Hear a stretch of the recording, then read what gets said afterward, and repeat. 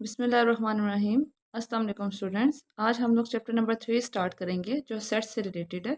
तो इससे पहले आपको ये पता होना चाहिए कि सेट्स क्या होते हैं और कुछ रिलेटेड इन्फॉर्मेशन आपको पता होंगे, तभी आप उस चैप्टर को जो है वो आसानी से कर पाएंगे। सबसे पहले हम लोग ये देखते हैं कि सेट कहते किसे हैं। सेट की डेफिनेशन के नीचे मैंने लिखा हुआ है well defined collection of distinct objects. इसका मतलब ये है कि आपके पास सेट वो होता है जिसमें आपके पास कोई भी इंफॉर्मेशन हो वो वेल डिफाइंड हो। दैट मीन्स कि अगर आप उस इंफॉर्मेशन को देखें तो आपको उस इंफॉर्मेशन को देखकर ये आइडिया हो जाए ये जो इंफॉर्मेशन है ये कहाँ से आई है। फॉर एग्जांपल अगर मैं लिखती हूँ एक सेट बनाने के लिए ABCD और अप टू सॉन जेड तक लिखती हूँ, तो इस एबीसी को देखकर मुझे इजीली समझ आ रही है कि ये कहाँ से बिलोंग करते हैं, ये इंग्लिश अल्फ़ाबेट से बिलोंग करते हैं। तो वेल डिफाइंड का यही मतलब होता है कि आपके पास जो सेट हो वो इस तरह से हो कि आपको उसको देख के आइडिया हो जाए कि वो कहाँ से बिलोंग कर रहा है। और आगे लिखा हुआ collection of distinct objects. Distinct मतलब यूनिक ऑब्जेक्ट्स के सेट के अंदर जो भी हमारे पास चीज़ हो वो रिपीट ना हो रही हो, मतलब हर जो सेट के अंदर हमारे पास जो भी अल्फ़ाबेट है, नंबर है, डिजिट है, वो सारे एलिमेंट्स जो है सेट के वो सब यूनिक हो, मतलब हर नंबर दूसरे नंबर से या हर अल्फ़ाबेट दूसरे अल्फ़ाबेट से अलग हो। अगर उसमें कोई चीज़ रिपीटेडली आ जाती है तो वो सेट नहीं होता। सेट के लिए डिस्टिंक्ट होना लाज़मी है। तो ये तो थी सेट की डेफिनेशन कि एक वो वेल डिफाइंड हो और दूसरा वो डिस्टिंक्ट हो। यही दो इसकी मेन बातें हैं। आगे हम ये देखते हैं कि सेट को डिस्क्राइब किस तरह से कर सकते हैं। सेट को डिस्क्राइब करने के हमारे पास 3 तरीके होते हैं। पहला तरीका होता है डिस्क्रिप्टिव फॉर्म। डिस्क्रिप्टिव फॉर्म ये होता है कि सेट्स को हम लोग इंग्लिश में डिस्क्राइब करके लिखते हैं। जैसे इंग्लिश में हम किसी चीज़ को बताते हैं, इस तरह से हम लोग बता के लिखते हैं। जैसे फॉर एग्जांपल अगर यही सेट है मेरे पास वोवेल्स का, तो मैं इसको जब डिस्क्रिप्टिव फॉर्म में लिखूंगी तो मैं लिखूंगी the set of vowels of English alphabets, कि वोवेल्स का सेट है मेरे पास इंग्लिश अल्फ़ाबेट्स के। इसको कहते हैं डिस्क्रिप्टिव फॉर्म, डिस्क्राइब जिसमें करते हैं चीज़। उसके बाद नेक्स्ट जो हमारे पास तरीका होता है उसको कहते हैं टेबुलर फॉर्म। टेबुलर फॉर्म में हम क्या करते हैं, हम उसी सेट को कॉमास में और ब्रैकेट लगा के लिखते हैं। मतलब है ये भी वॉवल्स का सेट है। जैसे यहाँ पे लिखा हुआ है the set of vowels of English alphabets, यहाँ पे भी वॉवल्स ही हैं, बस क्या डिफरेंस है कि यहाँ पे डिस्क्राइब करके लिखा हुआ है, डिस्क्रिप्टिव फॉर्म में लिखा हुआ है, और यहाँ पे टेबुलर फॉर्म में लिखा हुआ है। टेबुलर फॉर्म में कॉमर्स लगा के लिखते हैं और ब्रैकेट्स बना के लिखते हैं, डिस्क्राइब करके या इंग्लिश में नहीं लिखते। नेक्स्ट जो हमारे पास टाइप है that is set builder notation. Set builder notation में यही सेट किस तरह से लिखा हुआ है, ये लिखा हुआ है एक्स, ये आगे एक सिंबल लगा हुआ है जिसको सच डेट कहते हैं, और आगे अगेन ये लिखा हुआ है एक्स, और आगे लिखा हुआ है is a vowel of English alphabets. ये भी सेट्स को लिखने का एक अलग तरीका है। आपको जो क्वेश्चन नंबर 1 है 3.1 का, वो सेट बिल्डर मेथड ही है, तो वो हम अभी आगे मजीद डिस्कस करेंगे। तो जब हम लोग ये इस तरह सिम्बॉलिक फॉर्म में लिखते हैं सेट्स को, तो उसको कहते हैं सेट बिल्डर मेथड। अगर हम कॉमर्स लगा के सिंपली उसको ब्रैकेट्स में लिखें तो हम उसको कहते हैं टेबुलर मेथड, और जब हम उसको डिस्क्राइब करके इंग्लिश में लिखते हैं तो उसको कहते हैं डिस्क्रिप्टिव मेथड। ठीक है, तो ये हमारे पास 3 वेज होते हैं, डिस्क्रिप्टिव फॉर्म, टेबुलर फॉर्म और सेट बिल्डर फॉर्म, जिससे हम लोग सेट्स को डिफाइन कर सकते हैं। 3.1 स्टार्ट करने से पहले हमारे पास जो कुछ बेसिक सेट्स हैं हम उसको देख लेते हैं, ताकि एक दफ़ा वो सारे रिवाइज हो जाए। जिन बच्चों को वो नहीं आते वो भी एक दफ़ा उनको देख लें, फिर हम लोग अपनी एक्सरसाइज आके स्टार्ट करेंगे। तो अगर आप लोग अपनी बुक का पेज नंबर 40 ओपन करें, मैंने आपकी बुक का पेज नंबर 40 ओपन किया, तो वहाँ पे ये सारे सेट्स मेंशन है। एक दफ़ा मैं आपको ये सारे बता देती हूँ कि सबसे पहले जो हमारा सेट है लिखा हुआ है the set of natural numbers. Set of natural numbers वो सेट होता है जिसमें हमारे पास काउंटिंग 1 से स्टार्ट होती है, और ये जो आगे 3 डॉट्स हैं इसका मतलब है अप टू सॉन, मतलब ये आगे काउंटिंग चलती जा रही है। ठीक है, तो सेट ऑफ नेचुरल नंबर्स को हम लोग एन से रिप्रेजेंट करते हैं। इसी तरह सेकंड वन है हमारे पास the set of whole numbers. Set of whole numbers वो नंबर्स होते हैं जो हमारे 0 से स्टार्ट होते हैं और आगे 1 2 3 अप टू सो ऑन ये चलते जाते हैं। बस सेट ऑफ नेचुरल नंबर्स और होल नंबर्स में एक जीरो का ही डिफरेंस होता है कि होल नंबर 0 से स्टार्ट हो रहे होते हैं, नेचुरल नंबर 1 से स्टार्ट हो रहे होते हैं। होल नंबर्स को हम लोग W से रिप्रेजेंट करते हैं। इसी तरह नेक्स्ट है हमारे पास द सेट ऑफ इंटीजर्स। जो सेट ऑफ इंटीजर्स होते हैं उसको हम लोग Z से रिप्रेजेंट करते हैं, और इंटीजर्स में हमारे पास जीरो भी होता है, सारे नेगेटिव नंबर्स भी होते हैं और सारे पॉजिटिव नंबर्स भी होते हैं। तो ये जो प्लस माइनस वन लिखा हुआ है डेट मीन्स कि इस सेट के अंदर हमारे पास +1 भी है और -1 भी है। प्लस माइनस टू से मुराद ये है कि यहाँ पे इस सेट में हमारे पास +2 भी है और -2 भी है। बस इसको अगर आप चाहें तो आप इसको माइनस वाले इंटीजर्स जो हैं वो आप लेफ्ट साइड पे लिखकर, और जो पॉजिटिव इंटीजर्स हैं वो राइट साइड पे होते हैं, हमेशा राइट साइड पे लिखकर भी इसको रिप्रेजेंट कर सकते हैं। लेकिन ये ज़्यादा आसान है कि आप एक साथ ही लिख लें +-1 +-2 and up to so on, मतलब प्लस वाले सारे नंबर्स भी और माइनस वाले सारे नंबर्स भी ये चलते जा रहे हैं। नेक्स्ट सेट है हमारे पास the set of odd integers. Odd integers वो इंटीजर्स होते हैं जो 2 के टेबल पर डिवाइड नहीं होते। इसमें भी सारे पॉजिटिव नंबर्स भी आते हैं और नेगेटिव नंबर्स भी आते हैं।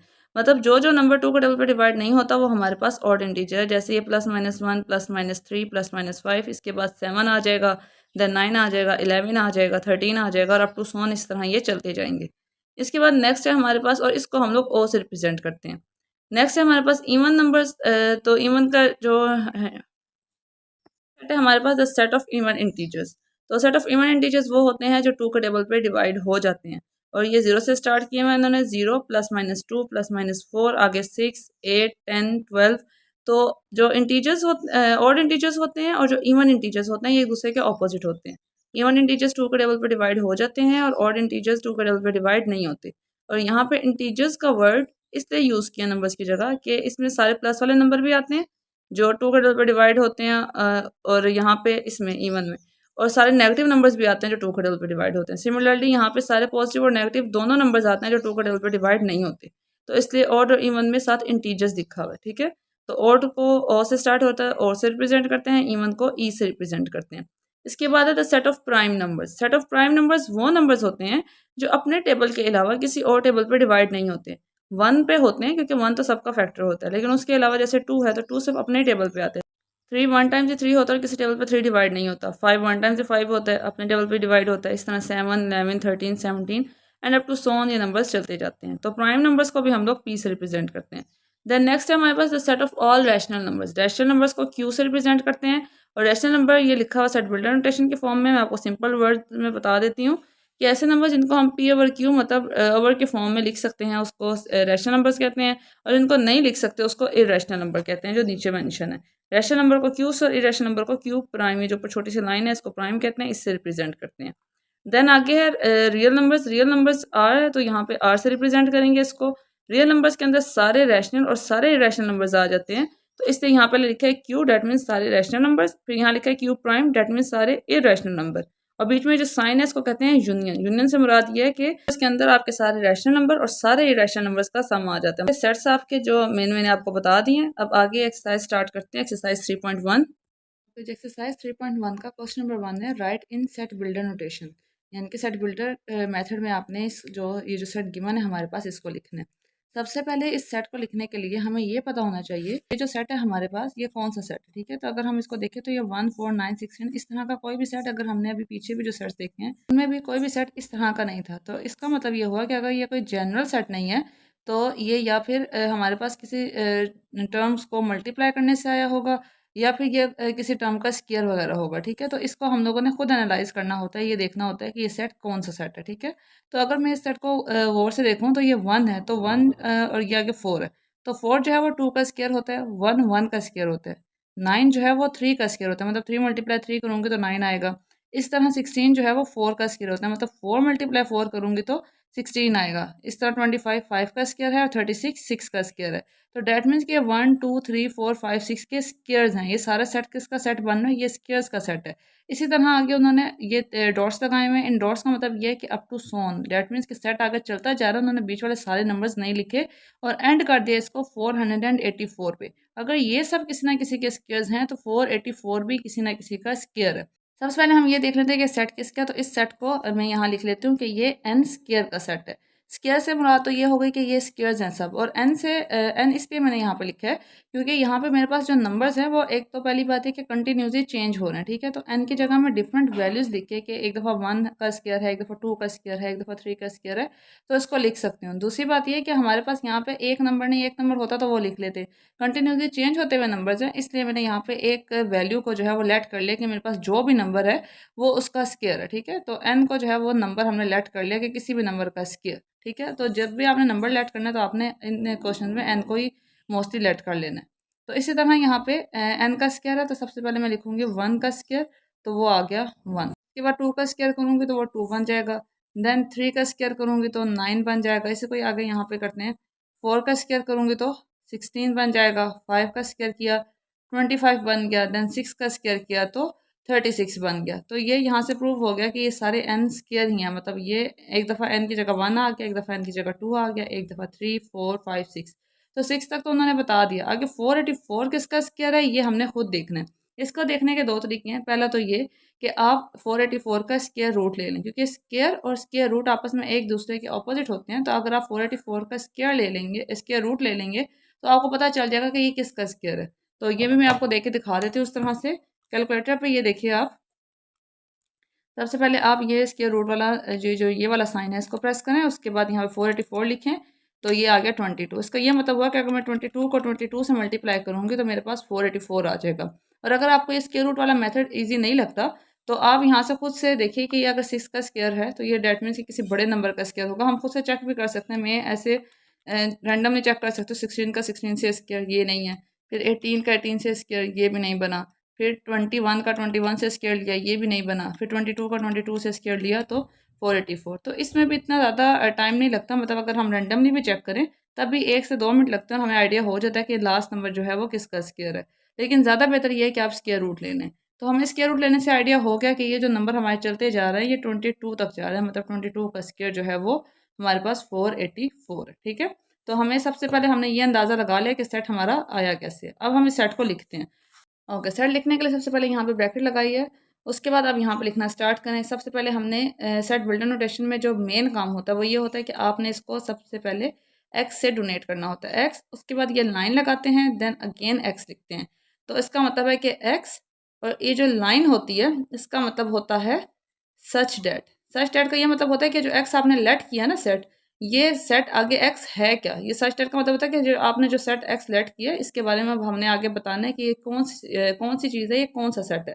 आगे कौन सा सेट है हमारे पास, ये स्क्वायर ऑफ नंबर वाला सेट है, तो हम इक्वल लगा के लिख देंगे एन स्क्वायर। सबसे पहले हमने इंट्रोडक्शन करवा दिया अपने सेट का कि एक्स सच डैट एक्स जो है वो नंबर्स का स्क्वायर है। आगे कॉमा लगाएंगे और ये भी बताएंगे कौन से नंबर्स का स्क्वायर है। तो हमें पता है कि जो एन है, ये जो नंबर्स हैं हमारे पास, ये कहाँ से बिलोंग कर रहे हैं, 1 से स्टार्ट हो रहे हैं ना स्क्वायर, 1 से जा रही है 22 तक। तो 1 से जो नंबर स्टार्ट होते हैं उनको हम क्या कहते हैं, नेचुरल नंबर्स कहते हैं, हमने भी पीछे देखा है।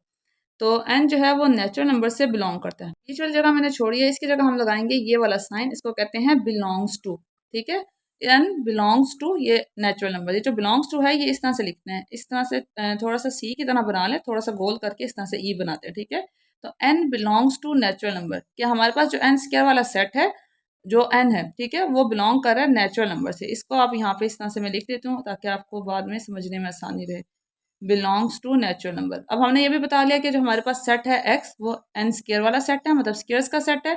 सेकेंडली हमने ये भी बता दिया कि जो हमारा सेट है ये बिलोंग कर रहा है नेचुरल नंबर से। ठीक है, उसके बाद अब हमने यहाँ पे ये वाला साइन लगाया एंड। एक इन्फॉर्मेशन देनी रहेगी, जैसे हम लोग उर्दू और इंग्लिश में एंड लिखते हैं और के लिए इस्तेमाल होता है, इस तरह मैथमेटिक्स में एंड का ये वाला सिंबल होता है, इस तरह से उल्टा भी। ठीक है, तो इसके साथ आप लिख लें कि ये एंड है। ठीक है, तो एंड उसके बाद हमने ये बताना है कि जो हमारे नेचुरल नंबर्स हैं, नेचुरल नंबर्स तो अब तो सो ऑन चलते जाते हैं, लेकिन हमारे नेचुरल नंबर्स 1 से स्टार्ट हुए हैं और कहाँ तक स्केयर किए हैं, 22 तक वैल्यूज तक हमारा स्केयर गया 484।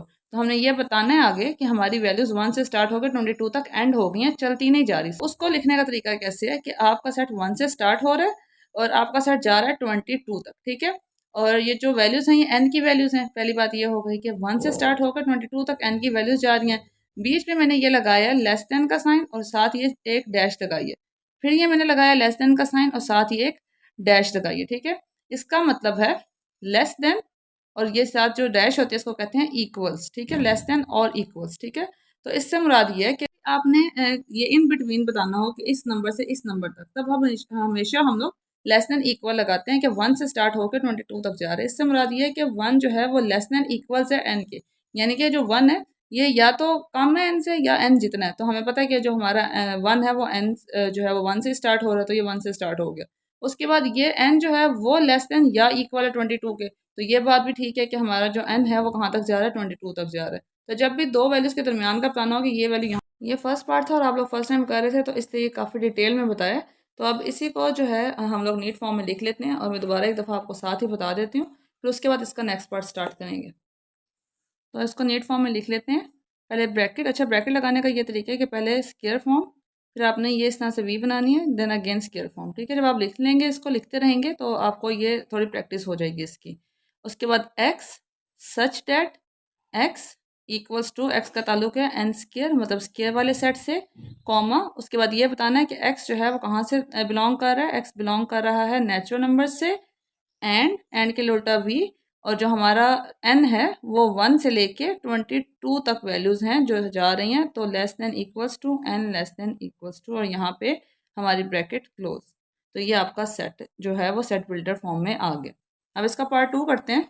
पहले इसका पार्ट 2 स्टार्ट करते हैं। इसमें 2, 4, 8, 16, 32, 64 और 150 तक लिखा हुआ है। तो सबसे पहली बात तो यहाँ पे ये है कि ये 2 का टेबल नहीं है। 2 मतलब 2 को मल्टीप्लाई 1 से किया तो 2 आ गया, 2 को मल्टीप्लाई 2 से किया तो 4 आ गया। लेकिन जब 2 को 3 से मल्टीप्लाई करेंगे तो आगे 6 नहीं है, 8 है। तो डैट मीन्स कि ये 2 के टेबल का सेट नहीं है। दूसरी बात ये कि इवन नंबर्स का भी सेट नहीं है, और भी जितने सेट्स हमने पीछे देखे हैं वो वाले सेट्स भी नहीं है। तो डैट मीन्स कि हमें खुद ही ये देखना पड़ेगा ये किस चीज़ का सेट है। तो अगर मैं थोड़ा-सा भी इस चीज़ को नोटिस करूँ कि अगर मैं 2 के पावर 1 देती हूँ, मतलब 2 के ऊपर पावर 1 देती हूँ, तो वो 2 1 टाइम्स 2 हो जाता है। अगर मैं 2 की पावर 2 देती हूँ, मतलब 2 का स्क्वायर लेती हूँ, तो वो 4 हो जाता है। हाँ, अगर मैं 2 के ऊपर पावर 3 दे लेती हूँ, तो वो 8 बन जाता है। तो इसका ये मतलब हुआ कि ये सेट पावर्स का सेट है। तो सबसे पहले मैं यहाँ पे ये लिखूँगी कि यहाँ पे 2 है और इसके ऊपर पावर्स जो हैं वो चेंज हो रही हैं। लास्ट टाइम हमारा नंबर चेंज हो रहा था, ऊपर स्क्वायर सेम था, तो हमने उसको एन बोल दिया। जो चीज़ चेंज हो रही होती है, उसको हम लोग एन जो है वो रिप्रेज़ेंट करते हैं। तो यहाँ पर 2 जो है वो सेम है, ऊपर पावर्स इसकी चेंज हो रहे हैं, तो पावर्स को हमने एन बोल दिया। तो दैट मीन्स कि जो हमारा सेट है वो 2 की पावर एन है। अब यहाँ पे n की जगह हम नंबर्स चेंज करते जाएंगे। एक दफ़ा मैंने n को पावर 1 दे दी, तो ये बन गया मेरे पास 2 की पावर 1 2 होता है। एक दफ़ा मैंने 2 को पावर 2 दे दी, तो ये 2 2 टाइम्स 4 होता है। एक दफ़ा मैं 2 को पावर 3 दे देती हूँ, तो 2 की पावर 3 का मतलब ये होता है कि 2 मल्टीप्लाई 2 जो 8 बन जाता है। इसी तरह अगर 2 को पावर 4 दे देंगे, तो 2 को 4 टाइम्स मल्टीप्लाई करेंगे, 2 2 2 और 2 इस तरह से, तो ये बन जाएगा आपका 16। हाँ, अगर हम लोग 2 को पावर दे लेते हैं 5, तो 2 की पावर 5 जो होता है वो 32 बन जाता है, तो ये 32 आ गया। 2 को पावर अगर 6 देंगे तो वो बन जाएगा 64, तो ये 64 आ गया। तो यहाँ तक ये सारी टर्म्स जो है वो हमारी सॉल्व हो गई कि सब 2 की पावर्स का जो है वो सेट बन रहा है। लेकिन आगे है 150। तो अब हमने ये देखना है कि 2 की पावर्स क्या दें हम लोग कि हमारे पास जो आंसर है वो 150 बन जाए। तो ये देखने के लिए हम लोग यहाँ पे कैलकुलेटर पे डायरेक्ट चेक कर लेते हैं कि 2 की पावर 6 तक तो हम ऑलरेडी चेक कर चुके हैं। 2 की पावर 7, 8, 9 हम लोग जो है वो डिफरेंट उसमें चेक कर लेते हैं। तो 2 मैंने यहाँ से लिखा और उसके बाद ऊपर पावर देने के लिए ये वाला जो बटन है आपका, ये वाला, इसको प्रेस किया। तो हमें यहाँ पे 2 की पावर 7 दे के देखती हूँ, तो यहाँ पे मेरे पास आया था 128। तो 7 पे 128 आ जाता है और 8 पे भी हमारे पास बिगर टर्म आ जाती है। तो इसका मतलब ये हुआ कि बाकी सारा तो जो उन्होंने यहाँ पे हमारे पास लिखा हुआ है ये तो ठीक है, लेकिन आगे जो 150 है ये 152 की पावर में नहीं आता। डैट मीन्स कि इस क्वेश्चन में मिस्टेक है। तो आप इस मिस्टेक को ठीक कर लें। ये 150 की जगह हम लोग अंदाजन वैल्यू लिख लेते हैं एक। वैसे अगर आपके पेपर में ये क्वेश्चन आएगा तो कोई भी यहाँ पे एक ऐसी टर्म होगी जो 2 की पावर ही होगी। 2 की पावर 7 भी हो सकती है, जैसे 128, या 2 की पावर 8 भी हो सकती है। तो आपने उसी हिसाब से फिर इसको सॉल्व कर लेना है। मैं यहाँ पे आप लोग की उसके लिए 2 की पावर 8 हमारे पास बनती है 256। तो इस क्वेश्चन की मिस्टेक को यहाँ पे ठीक करके यहाँ पे लिख लेते हैं 256, ठीक है। तो अब ये क्वेश्चन हमारा 2 की पावर 6 तक तो 64 ठीक था। ये अब 2 की पावर 8 जो है यहाँ तक आया है और 2 की पावर 8 बनती है 256। तो ये हमने मिस्टेक ठीक कर ली। अब इससे हमें ये पता चल गया कि ये जो सेट है हमारा, ये 2 की पावर का सेट है। और दूसरा ये कि ये नंबर जो है स्टार्ट हो रहे हैं पावर वाले 1 2 से, 1 2 3 4 और अप टू सोन 8 तक जा रहे हैं। तो इससे हमें ये समझ आ गई कि है 1 से स्टार्ट होने वाले नंबर है तो नेचुरल नंबर्स होंगे। दूसरी चीज़ें हमें पता चल गई। और तीसरी बात ये कि 1 से 8 तक जा रहे हैं, तो ये तीनों बातें हमने यहाँ पे अब सेट की फॉर्म में लिख देनी है। अब मैं आपको वो लिख के दिखाती हूँ। सबसे पहले हम लगा लेंगे यहाँ पे ब्रैकेट में, थोड़ा इस साइड से स्टार्ट करती हूँ ताकि ये एक लाइन में कंप्लीट हो जाए। ब्रैकेट लगा ली मैंने। सबसे पहले x लिखा, such that x equals to, अब यहाँ पे हमने क्या लिखना होता है कि सेट है किस चीज़ का। सेट है 2 की पावर n का, मतलब 2 के ऊपर पावर्स जा रही हैं। कॉमा लगाया। n जो है हमारा वो किससे बिलोंग कर रहा है, n का ताल्लुक किससे है, नेचुरल नंबर से है, क्योंकि 1 2 3 से स्टार्ट हो रहा है। उसके बाद ये उल्टा v लगाया जिसका मतलब होता है एंड। उसके बाद हमने ये बताना है कि ये जो नंबर्स हैं हमारे कहाँ से कहाँ तक जा रहे हैं, तो 1 से लेके जा रहे हैं 8 तक, 2 की पावर 8 तक। तो 1 लेस देन इक्वल्स टू, यहाँ पे आएगा n less than equals to 8, के जो हमारे नंबर्स हैं वो 1 से लेके 8 तक जा रहे हैं और यहाँ पे ब्रैकेट क्लोज। और ये हमारा सेट कंप्लीट हो गया।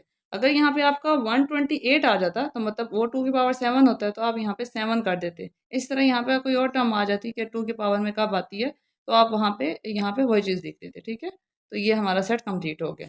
इसी तरह जो सेट बिल्ट इन नोटेशन होता है उसको लिखने के कई और तरीके भी होते हैं। मतलब यहाँ तक तो ये सारा सेम होता है कि 2x जो है सच डेट x, और आगे जो सेट बनना होता है वो तरह के सेम ही होता है। लेकिन उसके बाद इस टर्म को लिखने के हर बंदे का अपना एक डिफरेंट तरीका होता है। 2 से 3 तरीकों से जो है वो लिखे जा सकते हैं, तो वो अभी रॉन्ग नहीं होता। तो ये मुझे सबसे ईजी वे लगा था कि इसी तरीके एक तरीके से सारे क्वेश्चन तकरीबन सॉल्व हो जाते हैं, तो मैंने आपको फिर यही वाला तरीका करवा दिया। अब इसका पार्ट 3 देखते हैं। नेक्स्ट पार्ट है इसका, 0 से स्टार्ट हो रहा है, प्लस माइनस के साथ नंबर्स हैं और 1000 तक जा रहे हैं। तो ये चीज़ हम लोग पहले देख चुके हैं कि जो प्लस माइनस के साथ साइन नंबर्स होते हैं वो इंटीजर्स होते हैं। तो ये तो हमें आइडिया हो गया कि ये जो सेट है ये इंटीजर्स का सेट है, ये क्लियरली यहाँ पे डिफाइंड है। तो हम लोग इस सेट को लिखना स्टार्ट करते हैं। इस सेट के लिए इतना रफर करने की ज़रूरत नहीं है, सिंपल सेट है। आप सबसे पहले ये ब्रैकेट लगा लें, उसके बाद x, then such that x. X जो है और एक सेट है, और वो सेट ऐसा है कि वो जो है कौन सा सेट है, इंटीजर्स का सेट है। तो यहाँ पे हमें ये लिखने की ज़रूरत नहीं है अलग से कि x इज़ इक्वल्स टू 2 की पावर n या x is equals to n का स्क्वायर, क्योंकि यहाँ पे कुछ भी अलग से नहीं हुआ हुआ, ये एक जनरल सेट है हमारे पास। हमें पहले ये बताने की ज़रूरत नहीं कि ये सेट है किसका, और उसके बाद ये बताएं कि ये सेट बिलोंग किससे कर रहा है। यहाँ पे ये सेट है ही हमारे पास जनरल इंटीजर्स का सेट, तो हम इसको डायरेक्ट भी लिख सकते हैं कि x सच डेट x जो है उसका ताल्लुक किससे है, इंटीजर्स से है। तो जो x वाला सेट है वो इंटीजर्स का सेट है। और उसके बाद मैंने ये बताना है कि सेट स्टार्ट और एंडिंग कहाँ पे हो रही है, इसकी लिमिट क्या है, क्योंकि इंटीजर्स का सेट तो है लेकिन ये 1000 पे आके ख़त्म हो रहा है। इसके लिए पहले हम लोग ये देख लेते हैं कि जो हमारे पास इंटीजर्स का सेट होता है वो बेसिकली यहाँ पे सारे नेगेटिव नंबर्स होते हैं, मिड में 0 होता है और इस साइड पे सारे पॉजिटिव नंबर्स होते हैं। ठीक है, तो 0 से पहले राइट साइड पे चलते हैं, +1 +2 +3 और ये अप टू सोन चलता जा रहा है, कहाँ तक, अप टू सोन ये 1000 तक जा रहा है। इसी तरह यहाँ पे नेगेटिव साइड पे अगर हम देखें तो -1 और फिर -2 और ये -3 और अप टू सोन, ये भी कहाँ तक चलता जा रहा है, -1000 तक। अगर आप यहाँ देखें तो यहाँ पे प्लस माइनस 1000 लिखा है, डेट मीन्स कि ये जो सेट है ये -1000 से स्टार्ट हुआ है और +1000 पे जाके ये ख़त्म हो गया। प्लस माइनस 1000 तक इसकी लिमिट है। तो माइनस वाले हमने यहाँ से लिखना स्टार्ट किए जहाँ से लिखते हैं, और प्लस वाले हमने इस साइड से लिखे, राइट साइड से। हो गया कि ये सेट -1000 से स्टार्ट होकर +1000 पे ख़त्म हो रहा है, तो इसकी रेंज -1000 से 1000 के दरमियान है। एक और बात ये कि यहाँ पे अगर आप देखें तो जीरो के साथ कोई साइन नहीं है, क्योंकि जीरो न्यूट्रल होता है साइंस के मामले में, इसके साथ ना प्लस का साइन होता है ना ही ये माइनस के साइन के साथ आता है। तो एंड के बाद मैं ये लिख लेती हूँ कि ये जो सेट है इसकी रेंज -1000 से स्टार्ट होके कहाँ तक जा रही है, +1000 तक जा रही है। और दरमियान में यहाँ पे आप देखें हमने एन कुछ जो है वो लेट नहीं किया यहाँ पे कि एन हमारे पास कोई नंबर है। यहाँ पे नंबर हमारे पास कौन सा सेट आ रहा है, वो एक्स ही आ रहा है। तो यहाँ पे मैं एक्स लिखूंगी कि जो -1000 से लेके 1000 तक जो है वो एक्स की वैल्यूज़ हैं जो हमने इंटीजर्स का सेट लिया हुआ है। उसके बाद यहाँ पे ब्रैकेट क्लोज कर दूंगी, तो ये मेरे क्वेश्चन का आंसर है। नेक्स्ट पार्ट इसका स्टार्ट करते हैं। इस पार्ट में अगर हम देखें तो यहाँ पे 6, 12, 18, यहाँ पे हमें थोड़ा आइडिया हो रहा है कि 6 का टेबल बन रहा है, 6 1 टाइम्स 6, 6 2 टाइम्स 12 एंड इस तरह 6 3 टाइम्स 18, मतलब ये सब 6 के मल्टीपल्स हैं। तो इसके लिए हम यहाँ पे देख लेते हैं कि ये जितने भी नंबर्स हैं वो अगर 6 को हम 1 से मल्टीप्लाई करवाएं तो हमारे पास 6 आ जाता है। इसके बाद 6 को अगर मैं 2 से मल्टीप्लाई करवाऊँ तो ये 12 बन जाएगा। 6 को 3 से मल्टीप्लाई करवाऊंगी तो ये 18 बन जाएगा। तो डैट मीन्स कि ये सारे 6 के मल्टीपल्स का ही सेट है, और 6 को किसी और नंबर से या किसी भी टर्म से मल्टीप्लाई करवाऊंगी तो यहाँ पे 120 आ जाएगा। वो मैं देख लेती हूँ कि 6 को किससे मल्टीप्लाई करवाना है। तो ये अगर आप वैसे ज़ुबानी भी देखें तो 6 10 टाइम्स 60 होता है, तो उसका डबल 120 होता है, तो 620 टाइम्स जो है वो 120 हो जाएगा। तो 620 टाइम्स 120। और फिर भी अगर आपको डाउट हो तो आप कैलकुलेटर पे इस तरह से मल्टीप्लाई करके एक दफ़ा देख लें कि वाकई क्या 620 टाइम्स 120 होता है, तो होता है। तो आप इस तरह से जो है वो क्लियर भी कर सकते हैं अपना डाउट। फिर यहाँ पे हमें ये आइडिया हो गया कि ये सारे 6 के मल्टीपल्स में आ रहे हैं। यहाँ पे अगर आप देखें तो 6 6 सब में सेम है, तो डेट मीन्स हम सेट बनाएंगे उसमें 6 सेम रहेगा। चेंजिंग कहाँ पे आ रही है, इस 1 2 3 और इस 20 में आ रही है, मतलब ये वाले नंबर्स चेंज हो रहे हैं। तो डेट मीन्स एन जो है वो मैं इन नंबर्स की जगह लिखूंगी, 6 मल्टीप्लाई एन लिखूँ या 6 एन लिखूँ, बात सेम ही होती है, ये दोनों भी आपस में मल्टीप्लाई हो रहे हैं। तो ये मतलब हुआ कि जो 6 एन है वही हमारा सेट है, कि हम 6 के साथ किसी भी नंबर को मल्टीप्लाई करेंगे तो एक हमारे पास नेक्स्ट जो है वो टर्म आती जाएगी 120 तक हमने देखनी है। ठीक है, तो इसको लिखना स्टार्ट करते हैं। सबसे पहले ब्रैकेट बना ली, एक्स सच डेट एक्स, पहले हमने ये लिख दिया, फिर हमने ये बताना है कि एक्स सेट किसके, तो एक्स सेट बन रहा है किसका, 6 एन का। यहाँ तक हो गया, फिर आगे लगाया कॉमा। फिर नेक्स्ट हमने ये बताना होता है कि जो एन है हमारे पास ये नंबर्स कौन से हैं, नेचुरल हैं, होल हैं, कौन से नंबर्स हैं। तो एन बिलोंग्स टू 1 2 3 से स्टार्ट हो रहे हैं, तो ये नेचुरल नंबर्स हैं, नेचुरल नंबर। एंड उसके बाद हमने ये बताना है कि जो नेचुरल नंबर्स हैं ये कहाँ से स्टार्ट होकर कहाँ पे एंड हो रहे हैं। तो 1 से स्टार्ट होकर 20 पे एंड हुए हैं, एंड नेचुरल नंबर्स जो हैं वो 1 से स्टार्ट होकर कहाँ पे 20 पे एंड हो रहे हैं। और ये ब्रैकेट क्लोज, और ये हमारा सेट बिल्डर नोटेशन के फॉर्म में आ गया। पार्ट इसका देखते हैं। और फिर नेक्स्ट पार्ट इसका मैंने लिख लिया है। यहाँ पे अगर आप देखें तो फर्स्ट हमारे पास जो टर्म है वो 100 है, सेकंड 102 है, देन 104 है, और एंड इसका 400 पे हो रहा है। कोई जनरल सेट नहीं है ये, लेकिन हमें इतना आइडिया हो रहा है कि ये 100 से स्टार्ट हो रहा है और 100 में अगर हम 2 ऐड करेंगे तो 102 बन जाएगा। तो मैं इसको इस तरह से लिख सकती हूँ कि मेरा ये जो सेट है ये इस तरह बन सकता है कि 100 मेरे पास कोई नंबर है और उसमें मैंने 2 ऐड कर दिए तो मेरे पास बन गया 102। लेकिन जब मैंने अगेन ये 104 बनाना होगा, 104 ये बनाना होगा, तो मैं 102 में या इधर क्या ऐड करूँगी, ऐसा ये क्या करूँगी कि ये 104 बन जाएगा। ये तो टर्म्स यहाँ पे ख़त्म हो गई, मैंने तो कोई एन यहाँ पे ऐड ही नहीं किया। तो वैसे भी यहाँ से 102 से 104 वाली टर्म नहीं बनेगी अगर इसमें मैं 2 ऐड करूँगी। और अगर मैंने 104 बनाना है तो मैं 100 में 4 ऐड करूँगी तब जाके 104 बनेगा। इस तरह से तो ये कोई सेट जो है वो बन ही नहीं रहा यहाँ पे कोई प्रॉपर नंबर्स जो हैं वो नहीं आ रहे। तो मुझे क्या करना पड़ेगा, मुझे थोड़ा-सा इससे आउट ऑफ द बॉक्स जाके सोचना पड़ेगा। थोड़ा-सा इससे हट के सोचना पड़ेगा। मैं ऐसे करूँगी कि मैं 100 लिख लेती हूँ, साथ 2 लिख लेती हूँ और यहाँ पे मैं इसको मल्टीप्लाई करवा लेती हूँ 1 से। 2 1 टाइम्स तो 2 ही होगा और जब उसमें 100 ऐड करूँगी तो ये 102 बन जाएगा। इसी तरह यहाँ पे 100 ऐसे ही रहने देती हूँ, प्लस 2 ऐसे ही रहने देती हूँ और 1 की जगह यहाँ लिख लेती हूँ 2। तो ये 2 2 टाइम्स 4 हो जाएगा और 4 प्लस 100 104 हो जाएगा। इसी तरह आगे मैं 100 लिखती हूँ और उसमें यहाँ पे मैं लिखती हूँ 2 और यहाँ पे लिख लेती हूँ 3। तो 2 3 ज़ा 6 और 6 प्लस 100 जो है ये 106 हो गया। इस तरह ये सारा सेट जो है वो आगे कंटिन्यू चलता रहेगा। और उसके बाद ये जब 400 बन रहा है तो हमें देखना पड़ेगा कि कितने पे 400 बन रहा है। तो 2 को अगर हम 150 से मल्टीप्लाई करवाएं फॉर एग्जांपल, तो हमारे पास ये बन जाता है 300 और 300 को प्लस करें 100 में तो वो कितना आ जाता है, 400 आ जाता है। तो इससे हमें ये समझ आ गई कि हमने अगर 1 से किया तो 102 आया, 2 से किया तो 104 आया, इसी तरह अप टू सो ऑन हमें 150 तक चलना पड़ेगा 1 2 3 के बाद, तब जाके यहाँ पे 400 हमारे पास टर्म बनेगी। एक चीज़ जो यहाँ पे हमारी मिस हो रही है वो ये है कि 102 तो हमने बना लिया लेकिन 100 वाली टर्म जो है वो हमने यहाँ पे इंक्लूड नहीं की, तो उसको किस तरह से इंक्लूड किया जाए। तो उसके लिए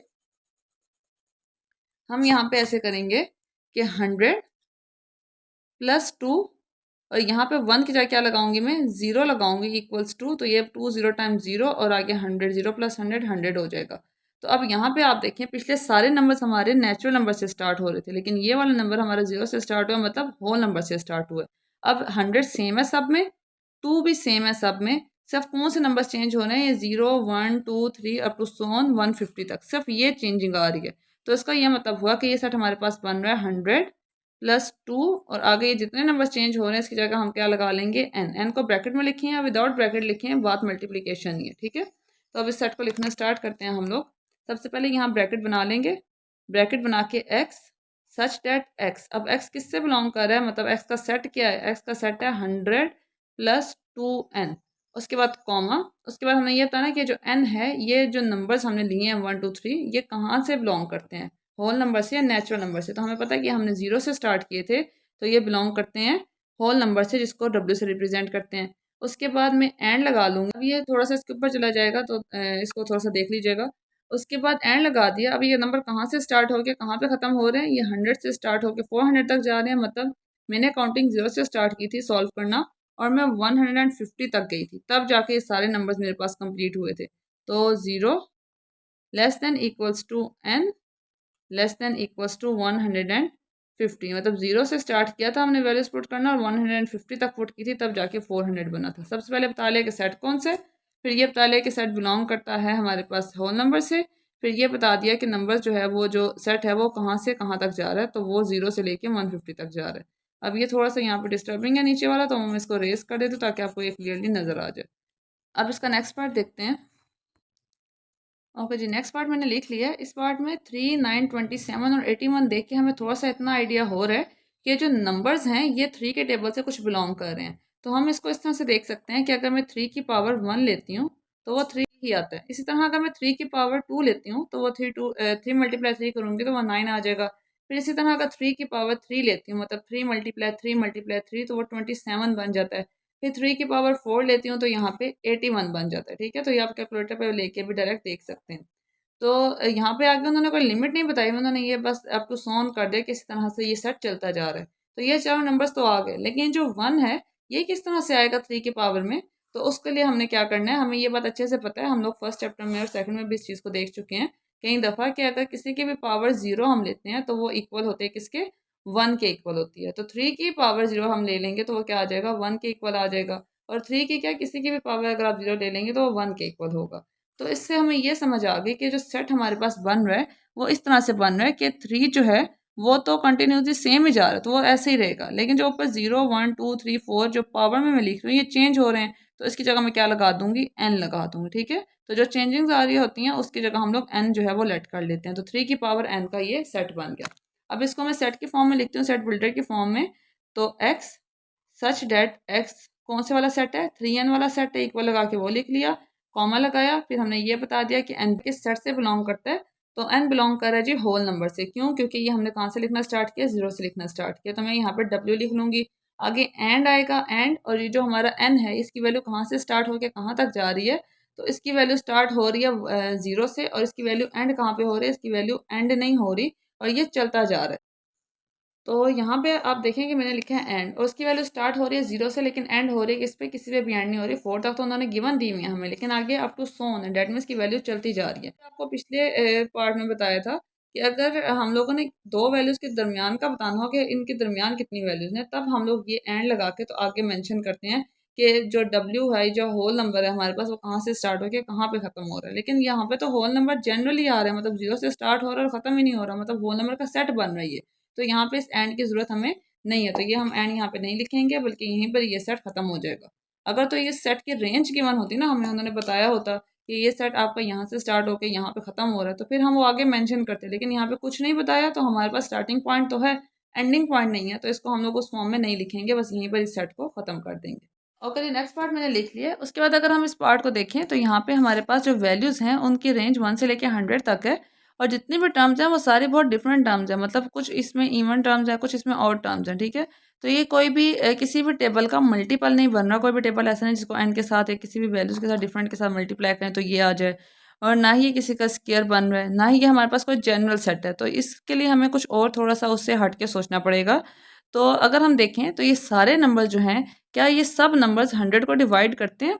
तो हाँ जी, ये 1 जो है ये भी 100 को डिवाइड करता है, और 2 जो है उसके टेबल में भी 100 फुली डिवाइड हो जाता है, मतलब 250 टाइम्स 100 हो जाता है। 4 जो है वो भी 100 को डिवाइड करता है। 5 10 20 25 50 एंड 100 इटसेल्फ भी खुद को डिवाइड करता है। तो ये जो सारे नंबर्स यहाँ पे लिखे हुए हैं ये सारे डिवाइज़र हैं, मतलब सब डिवाइड करते हैं किसको, 100 को डिवाइड करते हैं। तो मैं यहाँ पे इस सेट को बोल दूँगी कि जो सारा सेट है ये डिवाइज़र ऑफ 100 का सेट है, कि मतलब ये सारे नंबर्स 100 को डिवाइड कर रहे हैं। तो इस सेट को लिखने का तरीका बहुत सिंपल सा है। आपने बस सिंपली क्या करना है कि पहले ब्रैकेट लगानी है x, then such that x, आपके पास एक्स सेट है वो क्या है, वो डिवाइज़र ऑफ 100 है। तो हम लोग पहले भी यहाँ पे एक्स के बाद वही लिखते हैं जो हमारा सेट होता है। तो मैंने एक्स क्या के लिख दिया, इज़ द डिवाइज़र ऑफ 100। तो एक्स इज़ द, एक्स कौन सा सेट है, डिवाइज़र ऑफ 100, और यहाँ पे ब्रैकेट क्लोज। बस हम लोग अब इसका नेक्स्ट पार्ट देखेंगे। नेक्स्ट पार्ट मैंने लिख लिया, और ये जो सेट है ये उससे मिलता जुलता सेट है जैसे आपने पार्ट 4 में किया था। वहाँ पे 6 के मल्टीपल्स आ रहे थे, और यहाँ पे 5 का टेबल बन रहा है। डेट मीन्स यहाँ पे जितने भी नंबर्स हैं वो 5 के मल्टीपल्स हैं। 5 को 1 से मल्टीप्लाई करें तो 5 आ जाता है, 2 से करें तो 10 आ जाता है, 5 को 3 से मल्टीप्लाई करें तो 15 आ जाता है, और 5 को अगर हम 20 से मल्टीप्लाई कर लें तो 100 आ जाता है। अगर आपको ऐसा आइडिया ना हो कि 5 को किससे मल्टीप्लाई करके 100 आ रहा है, तो आप कैलकुलेटर पर चेक कर सकते हैं। आप 100 को 5 से डिवाइड करके भी चेक कर सकते हैं, और डिफरेंट टर्म्स को 5 से मल्टीप्लाई करके भी चेक कर सकते हैं। तो आप 5 को फॉर एग्जांपल 16 से मल्टीप्लाई करके चेक कर लें, 19 से मल्टीप्लाई करके चेक कर लें। जब 20 से मल्टीप्लाई करके चेक करेंगे तो वो 100 बन जाएगा। तो ऐसे भी आपको आइडिया हो सकता है। ठीक है, तो इस सेट को लिखने के लिए सबसे पहले हम ये देख लेते हैं कि यहाँ जो सेट है उसमें नंबर्स चेंज कौन से हो रहे हैं, और रिपीट नंबर हमारे पास कौन से आ रहे हैं।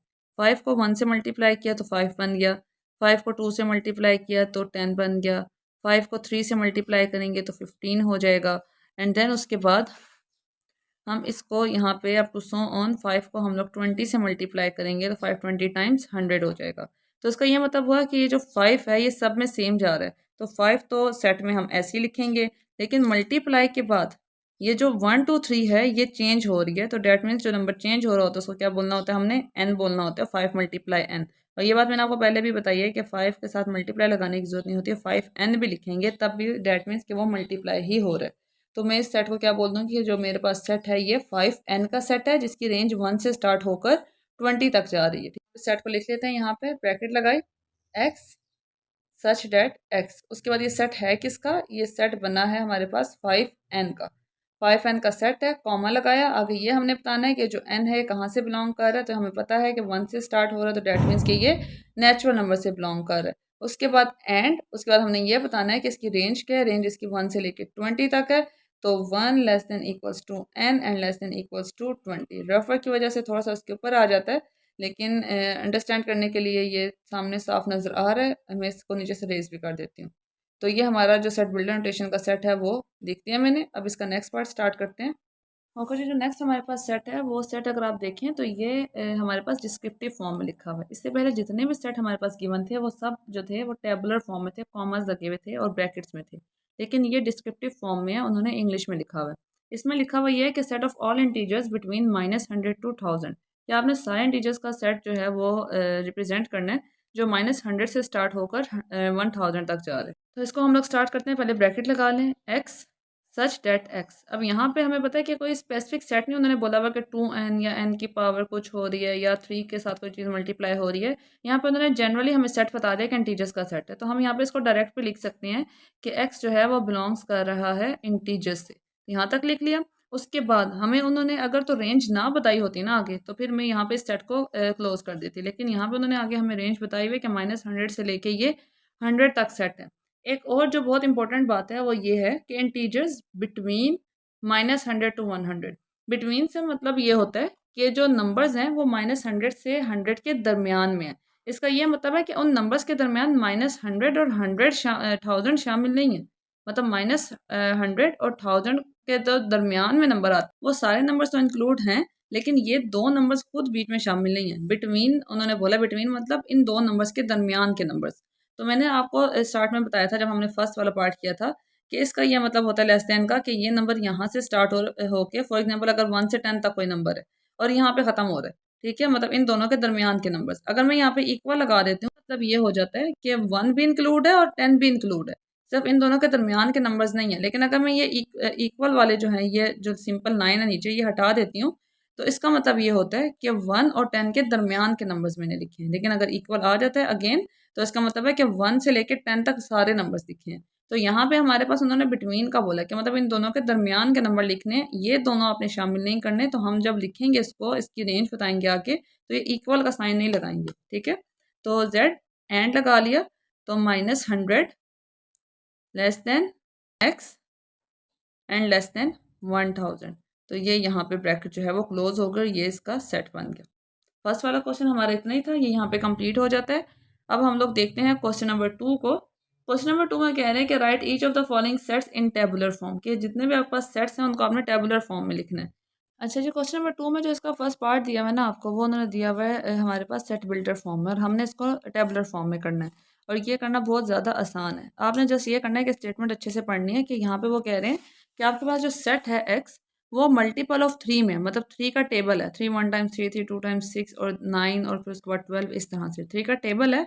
लेकिन उसकी रेंज उन्होंने क्या बताई हुई है कि स्टार्टिंग तो वो स्टार्ट से ही होगा, 3 के जो मल्टीपल है मतलब 3 1 टाइम्स 3 से ही स्टार्ट होगा, लेकिन जो उसकी रेंज है वो ख़त्म कहाँ पे हो रही है, 35 पे ख़त्म हो रही है, ठीक है। पॉइंट ये है कि 35 जो है वो तो 3 के टेबल में आते ही नहीं है, ठीक है। अगर उन्होंने इस क्वेश्चन में हमें ये बताया होता कि 35 जो है वो सिर्फ लेस देन है, तो इससे हमें इतनी समझ आ जाती कि जो हमने 3 का मल्टीपल्स दिखने हैं, मतलब जो 3 का टेबल लिखना है, 3 को नंबर से मल्टीप्लाई करवाना है, वो 35 से कम तक हमने लेके जाना है। मतलब 3 10 टाइम्स 30 हो जाएगा, 3 11 टाइम्स 33 हो जाएगा, बस वहीं तक लिखना है, क्योंकि उसके बाद फिर 36 आ जाता है जो कि बड़ा हो जाता है। लेकिन यहाँ पे उन्होंने लेस देन के साथ इक्वल का साइन भी लगाया। ये जो डैश है इसका मतलब है इक्वल, मतलब जो 3 का आपने टेबल लिखना है, मल्टीपल्स दिखने हैं, वो आपके 35 पे ख़त्म होने चाहिए। तो 35 3 के टेबल में नहीं आता। तो डैट मीन्स कि इस क्वेश्चन में छोटी सी मिस्टेक है, तो आप इसको ये 33 कर लें, या फिर 36 के ज़्यादा क्लोज है तो इसको कट करके 35 को हम 36 लिख लेते हैं, ठीक है।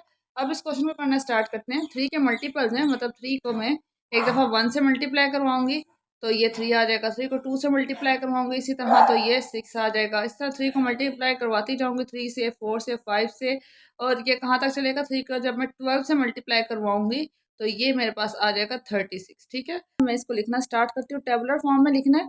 तो सबसे पहले यहाँ पे मैंने इसकी ब्रैकेट लगा ली। ब्रैकेट लगाने के बाद अब मैं इसको लिखूंगी सबसे पहले 3, उसके बाद 6, उसके बाद 9, देन 12, उसके बाद 15, 15 के बाद 18, उसके बाद 21, 24, 27, उसके बाद 30, 33 और ये उसके बाद जाता है 36 तक, और यहाँ पे ब्रैकेट क्लोज हो जाती है। ठीक है, मल्टीपल्स ऑफ 3 मतलब 3 का टेबल 3 को आपने मल्टीप्लाई करवा के डिफरेंट नंबर्स के साथ जो आपके नंबर बनते हैं वो आपने लिखने। तो उन्होंने जो रेंज बताई थी उन्होंने कहा था कि 3 से स्टार्ट करें और 36 तक एंड करें, तो 36 तक हमने 3 से स्टार्ट करके 36 पे एंड कर दिया। अब इसका अच्छा, जब इसका पार्ट 2 देखते हैं, पार्ट 2 का क्वेश्चन मैंने लिख लिया। इसमें वो कह रहे हैं कि आपका जो सेट है वो आर मतलब रियल नंबर से बिलोंग करता है, और जो आपका सेट है वो 2x+1 इक्वल्स टू 0 है। मतलब आगे उन्होंने बस ये बताया हुआ है जो आपकी x वाली टर्म है वो 2x+1 इक्वल्स टू 0 के हिसाब से बननी चाहिए। मतलब ये इक्वेशन है, इसको सॉल्व करके जो आपका आंसर आएगा वही आपका सेट है। ठीक है, तो यहाँ पे मैंने 2x+1 लिख लिया। इस इक्वेशन को सबसे पहले यहाँ पे सॉल्व करेंगे। ये जो इस साइड पे +1 है ये दूसरी साइड पर जाकर -1 हो जाएगा। उसके बाद यहाँ पे जो 2 मल्टीप्लाई हो रहा है वो यहाँ पे आके क्या हो जाएगा, डिवाइड हो जाएगा। तो ये क्या बन जाएगा, -1/2। तो इसका ये मतलब हुआ कि x का जो आंसर -1/2 आया वही इसका सेट है। तो हम इसके सेट में लिख लेंगे -1/2। मैं दोबारा आपको एक दफ़ा इसका बताती हूँ कि यहाँ पे उन्होंने कहा था कि रियल नंबर है आपके पास, और जो रियल नंबर है आपका वो इस इक्वेशन के थ्रू आएगा। मतलब ये जो इक्वेशन उन्होंने आगे हमें दे दिया, इसी इक्वेशन को सॉल्व करने से आपका आंसर बनेगा। तो मैंने जब इस इक्वेशन को सॉल्व किया तो एक्स का आंसर आ गया -1/2, तो वही मैंने इसका यहाँ पे आंसर लिख दिया। एक और तरीके से अगर आप इसको समझना चाहें तो वो इस तरह से हो सकता है कि यहाँ पे अगर हम देखें तो जो हमारे पास इक्वेशन है 2x+1, तो उसके दूसरी साइड पे लिखा हुआ है 0। तो इस तरह से भी समझ सकते हैं कि यहाँ पे 2 के साथ x में मैंने कोई ऐसी टर्म लिखनी है कि अगर मैं उसको सॉल्व करूँ तो आंसर मेरे पास क्या बन जाए, 0 बन जाए। तो वही जो मेरी टर्म होगी जो मैं x की जगह लिखूंगी, जो मेरा x का आंसर होगा वही टर्म मैं यहाँ पे लिख दूंगी। तो x के साथ अगर मैं -1/2 को मल्टीप्लाई, मतलब x की जगह अगर मैं -1/2 को मल्टीप्लाई करवा लूँ, आगे +1 एज इट इज रहे और 0 एज इट इज रहे, तो 2 और 2 आपस में कैंसिल हो जाते हैं, सिर्फ -1 और +1 रह जाता है। इक्वल टू 0 वैसे रहेगा, माइनस प्लस -1 0, तो यहाँ पे भी 0 आ जाएगा और ये ऑलरेडी 0 है, तो दोनों साइड इक्वल आ जाएंगी। तो इससे हमें ये भी पता चल जाता है कि अगर हम सिर्फ -1/2 ही ऐसी हमारे पास एक टर्म है जिसको अगर हम इस इक्वेशन में पुट करें तो ये हमारी ये वाली इक्वेशन को सेटिस्फाई करते हैं। ठीक है, मतलब यही इसकी वैल्यू है। तो इसलिए भी मैंने -1/2 यहाँ पे लिखा है। और दूसरी इसको सिंपल समझने का तरीका ये है कि जो इक्वेशन आपको गिवन है इसी इक्वेशन के थ्रू हमारा आंसर आना है। आप इसको सिंपल 2x+1 = 0 लिख के, तो जैसे मैंने पहले बताया वैसे सॉल्व कर ले, तो जो आंसर आएगा वही आपका सेट में आ जाएगा। ठीक है, तो इसके सेट में सब यही आता है, यही था इसका आंसर। तो अब नेक्स्ट वाला पार्ट इसका देख लें। ओके जी, मैंने इसका नेक्स्ट पार्ट लिख लिया। नेक्स्ट पार्ट में लिखा हुआ है कि एक्स सच दैट एक्स ऐसा सेट है जो बिलोंग्स कर रहा है पी से, मतलब प्राइम नंबर से, और जो एक्स हमारे पास प्राइम नंबर्स हैं जो उसका जनरल सेट है वो लेस देन 12 है। मतलब जो हमने प्राइम नंबर्स लिखने हैं तो ये सेट लिखने हैं, पहले ब्रैकेट लगा लेती हूँ। उसके बाद प्राइम नंबर्स हैं। प्राइम नंबर्स दोबारा मैं एक दफ़ा आपको एक्सप्लेन कर दूँ। ऐसे नंबर्स होते हैं जो अपने टेबल के अलावा किसी टेबल पर डिवाइड नहीं होते। ठीक है, तो जैसे 2 है, 2 सिर्फ अपने टेबल पे जाता है। देन 3 है, 4 प्राइम नंबर नहीं है क्योंकि वो 2 के टेबल पे भी डिवाइड हो जाता है। 5 प्राइम नंबर है। 6 नहीं है क्योंकि वो 2 और 3 दोनों टेबल पर डिवाइड होता है। 7 प्राइम नंबर है। 8 नहीं है, 9 भी नहीं है, 10 भी नहीं है। 11 प्राइम नंबर है। देन उसके बाद 13 है प्राइम नंबर, लेकिन हम नहीं लिखेंगे क्योंकि हमने सिर्फ 12 से लेस देन नंबर्स ही लिखने थे, तो 12 से लेस 11 तक ही आता है। ठीक है, तो ये प्राइम नंबर्स का हमारे पास सेट बन गया। अब यहाँ पे एक क्वेश्चन ये जो है वो उठता है कि 1 जो है वो भी सिर्फ अपने ही टेबल पे जाता है, तो 1 जो है वो क्यों नहीं है प्राइम नंबर। तो उसके एक सिंपल रीज़न ये है कि प्राइम नंबर होने के लिए हमारे पास दो जो है वो कंडीशंस होती हैं। पहली कंडीशन ये होती है कि जो भी प्राइम नंबर हो आपके पास वो फर्स्ट तो ये कि वो 1 से डिवाइड हो, तो ठीक है, मतलब उसके दो फैक्टर्स होने चाहिए। एक तो ये कि उसका 1 फैक्टर हो, 1 वैसे भी सबका फैक्टर होता है, और दूसरा ये कि वो इट सेल्फ मतलब अपना खुद भी फैक्टर हो। ठीक है, तो यहाँ पे हमारे पास जो भी नंबर है, मतलब 2 है, तो 2 जो है वो 1 के टेबल में भी आ जाएगा, 2 इट सेल्फ मतलब अपने टेबल में भी आएगा। 2 2 के टेबल में भी आता है और 2 1 के टेबल में भी आता है। इस तरह 3 3 के टेबल में भी आता है और 1 के टेबल में भी आता है। तो ये जो सब नंबर्स हैं यहाँ पे जो मैंने प्राइम नंबर्स दिखे हैं, इन सब के दो दो फैक्टर्स हैं, एक 1 और एक इट सेल्फ। लेकिन अगर मैं 1 को as a prime number consider करती हूँ तो 1 के हमारे पास दो फैक्टर्स नहीं बनते, क्योंकि 1 का इट सेल्फ जो फैक्टर है वो भी 1 है और 1 का जो 1 वाला फैक्टर है वो भी 1 है। तो ये 1 और 1 है तो सेम ही नंबर 1, मतलब 1 का सिर्फ हमारे पास एक ही फैक्टर है जो कि 1 है। इसके दो फैक्टर्स हमारे पास नहीं आ सकते। इट सेल्फ जो है वो भी 1 ही है इसका। तो इस वजह से 1 को हम लोग कंसीडर नहीं करते प्राइम नंबर में, क्योंकि प्राइम नंबर होने के लिए दो फैक्टर्स होने लाजमी होते हैं। तो 1 हमने यहाँ पे नहीं लिखा। 1 जो है ना प्राइम नंबर होता है और ना ही कॉम्पोजिट नंबर होता है। अगला पार्ट देखते हैं इसका। जी, नेक्स्ट पार्ट मैंने लिख लिया। नेक्स्ट पार्ट में वो कह रहे हैं कि आपने 128 के डिवाइसेस बताने हैं कि मतलब कौन कौन से नंबर्स 128 को डिवाइड करते हैं। तो उसके लिए हम इसके फैक्टर्स निकाल लेते हैं। तो फैक्टर्स निकालते हैं मैं यहाँ पे साइड में 128 यहाँ पे लिखते हैं। अब 128 सबसे पहले टू के टेबल पे देख लेते हैं। तो 6 टाइम्स जो है वो 12 हो जाएगा, 2 4 ज़ा 8 हो जाएगा, देन 2 3 ज़ा 6 हो जाएगा, 2 टाइम्स 4 हो जाएगा, 2 1 टाइम्स 2 हो जाएगा, एंड 2 6 टाइम्स 12, उसके बाद 2 8 ज़ा 16, देन 2 4 ज़ा 8, 2 2 ज़ा 4 एंड 2 1 टाइम्स 2। तो यहाँ पे अगर हम देखें तो ये 1 तक हमारे पास आ गया और ये सारे जो है 128 के फैक्टर्स आ गए। अब हमने इस सेट में क्या लिखना है, सिर्फ हमने इस सेट में ये लिखना है कि 128 के फैक्टर्स हैं कौन कौन से, मतलब 128 किस किस टेबल पर डिवाइड हो जाता है। तो ये जितने फैक्टर्स आए हैं इसके सारे हम इसके सेट में लिख देते हैं। यहाँ से लिखना स्टार्ट करते हैं 1 से, उल्टा स्टार्ट कर लेंगे या सीधा भी स्टार्ट कर लें तब भी कोई मसला नहीं है। 1 2 4 8 16 32 64 एंड 128, ये सारे 128 के फैक्टर्स थे जो मैंने यहाँ पे मेंशन कर दिए। तो ये बस इतना सही था। अगला पार्ट देखते हैं इसका। ओके जी, नेक्स्ट पार्ट मैंने लिख लिया। इस पार्ट में वो कह रहे हैं कि हमारे पास जो सेट है वो 2 की पावर n वाला सेट है। इस तरह के क्वेश्चन हम लोगों ने पिछले जो क्वेश्चन था क्वेश्चन नंबर 1 उसमें किए हैं। और जो n है ऊपर हमारे पास पावर में वो नेचुरल नंबर से लिया गया, मतलब उसके जो पावर है वो 1 से स्टार्ट हो रही है क्योंकि नेचुरल नंबर 1 से स्टार्ट होते हैं। और उसकी लिमिट क्या बता दी उन्होंने, लिमिट बता दी है कि वो लेस देन 8 है। ठीक है, लेस देन 8 है मतलब वो 7 तक है। ठीक है, तो अब हम यहाँ पे पहले बना लेते हैं। यहाँ पे मैं लिख लेती हूँ 2 की पावर n है, तो सबसे पहले 2 के ऊपर पावर लगाते हैं 1 क्योंकि नेचुरल नंबर है तो वो आ जाएगा 2। देन 2 के ऊपर पावर लगाते हैं 2 तो ये बन जाएगा 4। 2 के ऊपर पावर लगाएंगे 3 तो वो आ जाएगा 8। देन 2 के ऊपर पावर लगाएंगे 4 तो ये आ जाएगा 16। 2 के ऊपर पावर लगाएंगे 5 तो ये बन जाएगा 32, या कैलकुलेटर पर डायरेक्ट कीजिएगा बेशक। 2 के ऊपर पावर लगाएंगे 6 तो वो आ जाएगा 64। 2 के ऊपर पावर लगाएंगे 7 तो वो हमारे पास 128। ठीक है, तो ये हमने सारे लिख लिए। उसके बाद 2 की पावर 8 हम नहीं करेंगे क्योंकि यहाँ पे उन्होंने मेंशन किया है कि आपने लेस देन 8 लिखना है, मतलब 8 इंक्लूड नहीं करना बीच में। तो ये हमारे पास क्या क्या टर्म्स आ गए, 2 4 8 16 32 64 एंड 128। तो यही सब इसके सेट में आ जाएगा, तो हम इसको बस यहाँ पे लिख देंगे। तो मैं सबसे पहले यहाँ पे ब्रैकेट लगा लेती हूँ। देन 2 4 8 16 32 64 एंड उसके बाद आता है 128 और ये ब्रैकेट क्लोज। तो ये इसका सेट था। इसके बाद अब इसका नेक्स्ट पार्ट देखते हैं। नेक्स्ट पार्ट इसका मैंने लिख लिया। यहाँ पे वो कह रहे हैं कि आपके पास जो सेट है वो नेचुरल नंबर से बिलोंग कर रहा है और जो आपने सेट बनाना है, सेट के अंदर जो वैल्यूज आएंगी वो आपकी इस इक्वेशन के थ्रू आएंगी, जैसे हमने पीछे की इक्वेशन वाला क्वेश्चन किया था।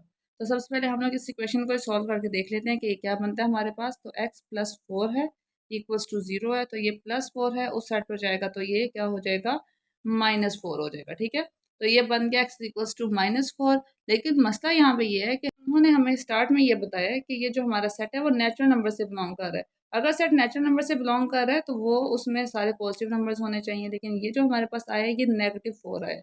तो इसका ये मतलब हुआ है कि जो इक्वेशन है इसके थ्रू ये वाला सेट हमारा सेटिस्फाई नहीं हो रहा। तो ये जो सेट हमारे पास आएगा ये एम्प्टी सेट होगा। एम्प्टी सेट क्या होता है, ऐसा सेट जिसके अंदर कोई एलिमेंट ना हो, जिसको हम लोग इस तरह से खाली सेट के तौर पर रिप्रेजेंट करते हैं, उसको कहते हैं हम एम्प्टी सेट। एम्प्टी सेट को ऐसे भी लिख लेते हैं और इसको ऐसे करके निशान के साथ भी हम लोग लिख सकते हैं। ठीक है, तो इसका आंसर एम्प्टी सेट है। ये अगला पार्ट इसका मैंने लिख लिया। इसमें वो यहाँ पे हमें कह रहे हैं कि जो आपका एक्स है वो सेट नेचुरल नंबर से बिलोंग कर रहा है एन से, और जो एक्स है मतलब जितने अपने यहाँ पे एलिमेंट्स लेने हैं नेचुरल नंबर के वो सारे जो है वो एक दूसरे के इक्वल है। मतलब अगर आप 1 लेते हैं तो वो 1 के इक्वल है, 2 अगर आप लेंगे तो वो 2 के इक्वल है, 3 लेंगे तो वो 3 के इक्वल है। और यहाँ पे उन्होंने कोई हमें रेंज नहीं बताई हुई कि कहाँ से स्टार्ट होगा कहाँ पे एंड होगा। स्टार्टिंग तो हमें पता है कि नेचुरल नंबर की 1 से होती है, लेकिन एंडिंग हमें नहीं पता। ठीक है, तो इसको इस हिसाब से सेट करते हैं। यहाँ पे एक्स इक्वल्स टू एक्स है, डेट मीन्स कि अगर आपके पास नंबर 1 है क्योंकि नेचुरल नंबर है तो वो 1 के इक्वल है। अगर नंबर 2 है तो वो 2 के इक्वल है, 3 होगा तो वो 3 के इक्वल है, और अप टू सो ऑन ये इस तरह से चलता जाएगा क्योंकि नेचुरल नंबर है और नेचुरल नंबर चलते जाते हैं। लिमिट बताई होती है तो हम वहाँ तक लिखते हैं, लेकिन यहाँ कोई रेंज नहीं है तो हम लोग इसको इसी तरह अप टू सो ऑन के फॉर्म में लिखेंगे। तो नेचुरल नंबर स्टार्ट होते हैं 1 से, 2 से, 3 से, क्योंकि इक्वल रख के भी वही बनते हैं, और आगे अप टू सो ऑन में लगा दूंगा और यहाँ पे ब्रैकेट क्लोज। मतलब इस तरह से ये नंबर्स आपस में चलते जा रहे हैं। तो नेक्स्ट पार्ट मैंने लिख लिया। यहाँ पे वो कह रहे हैं कि आपके पास जो सेट है वो बिलोंग करे इंटीजर्स से। ठीक है, आपका सेट बनेगा इंटीजर्स वाला वो इस इक्वेशन के थ्रू बनेगा 3x plus 1 is equals to 0। तो सबसे पहले हम यहाँ पे इक्वेशन ही लिख लेते हैं, 3x प्लस 1 इक्वल्स टू 0। उसके बाद ये प्लस 1 है, ये उस साइड पे जाएगा तो क्या हो जाएगा -1 हो जाएगा। x की हमने वैल्यू निकालनी होती है तो इससे एक एक करके सारी टर्म्स को दूसरी साइड पर ले जाते हैं। फिर ये 3 मल्टीप्लाई है, दूसरी साइड पर जाएगा तो क्या हो जाएगा, इसके साथ आकर डिवाइड हो जाएगा। और इंटीजर्स में हमारे पास कभी भी नंबर्स फ्रैक्शन या डेसिमल की फॉर्म में नहीं आते, ठीक है। तो ये अब हमारे पास जो टर्म आई है, ये आई तो नेगेटिव है, इंटीजर्स में नेगेटिव नंबर्स तो होते हैं, वो तो इशू नहीं है क्योंकि हमारे पास सेट इंटीजर्स का। लेकिन यहाँ पे ये कौन से फॉर्म में आ गया, ये फ्रैक्शनल फॉर्म में आ गया जो कि इंटीजर्स में एग्जिस्ट नहीं करती। तो जैसे हमें ये पता चल गया कि -1/3 जो है, ये जो इक्वेशन के थ्रू हमारे पास आंसर आया वो इसका पार्ट ही नहीं है। तो फिर हम क्या करेंगे, हम यहाँ पे लिख देंगे कि ये जो हमारा सेट है ये एम्प्टी सेट है, क्योंकि इसके अंदर जो हमने इक्वेशन के थ्रू आंसर निकाला है वो तो इसका हिस्सा ही नहीं है, तो वो आते ही नहीं है। तो फिर ये हमारे पास क्या आ गया, एम्प्टी सेट आ गया। तो क्वेश्चन नंबर 2 यहीं तक था, यहाँ पे ये खत्म हो जाता है। उसके बाद नेक्स्ट हमारा क्वेश्चन है क्वेश्चन नंबर 3। तो जो क्वेश्चन नंबर 3 मैंने लिख लिया, उसमें आप वो हमें ये कह रहे हैं कि आपने दो प्रॉपर सबसेट्स लिखने हैं सेट, ठीक है। तो पहले हम ये देख लेते हैं कि सबसेट क्या होते हैं और प्रॉपर सबसेट क्या होते हैं। हमारे पास सेट है, इस सेट से छोटा, सब का मतलब होता है कि उससे जो है वो एक लेवल नीचे, ठीक है। तो उससे छोटा जो है, जो भी हमारे पास सेट होगा, इस सेट से छोटा जो भी हमारे पास सेट होगा वो इसका सबसेट होगा। जैसे फॉर एग्जाम्पल मैं ए लिख लेती हूँ, तो ए जो है वो सिर्फ इसका एक एलिमेंट है और इसमें तो 3 एलिमेंट्स है, तो ए जो है उसका सबसेट हो गया।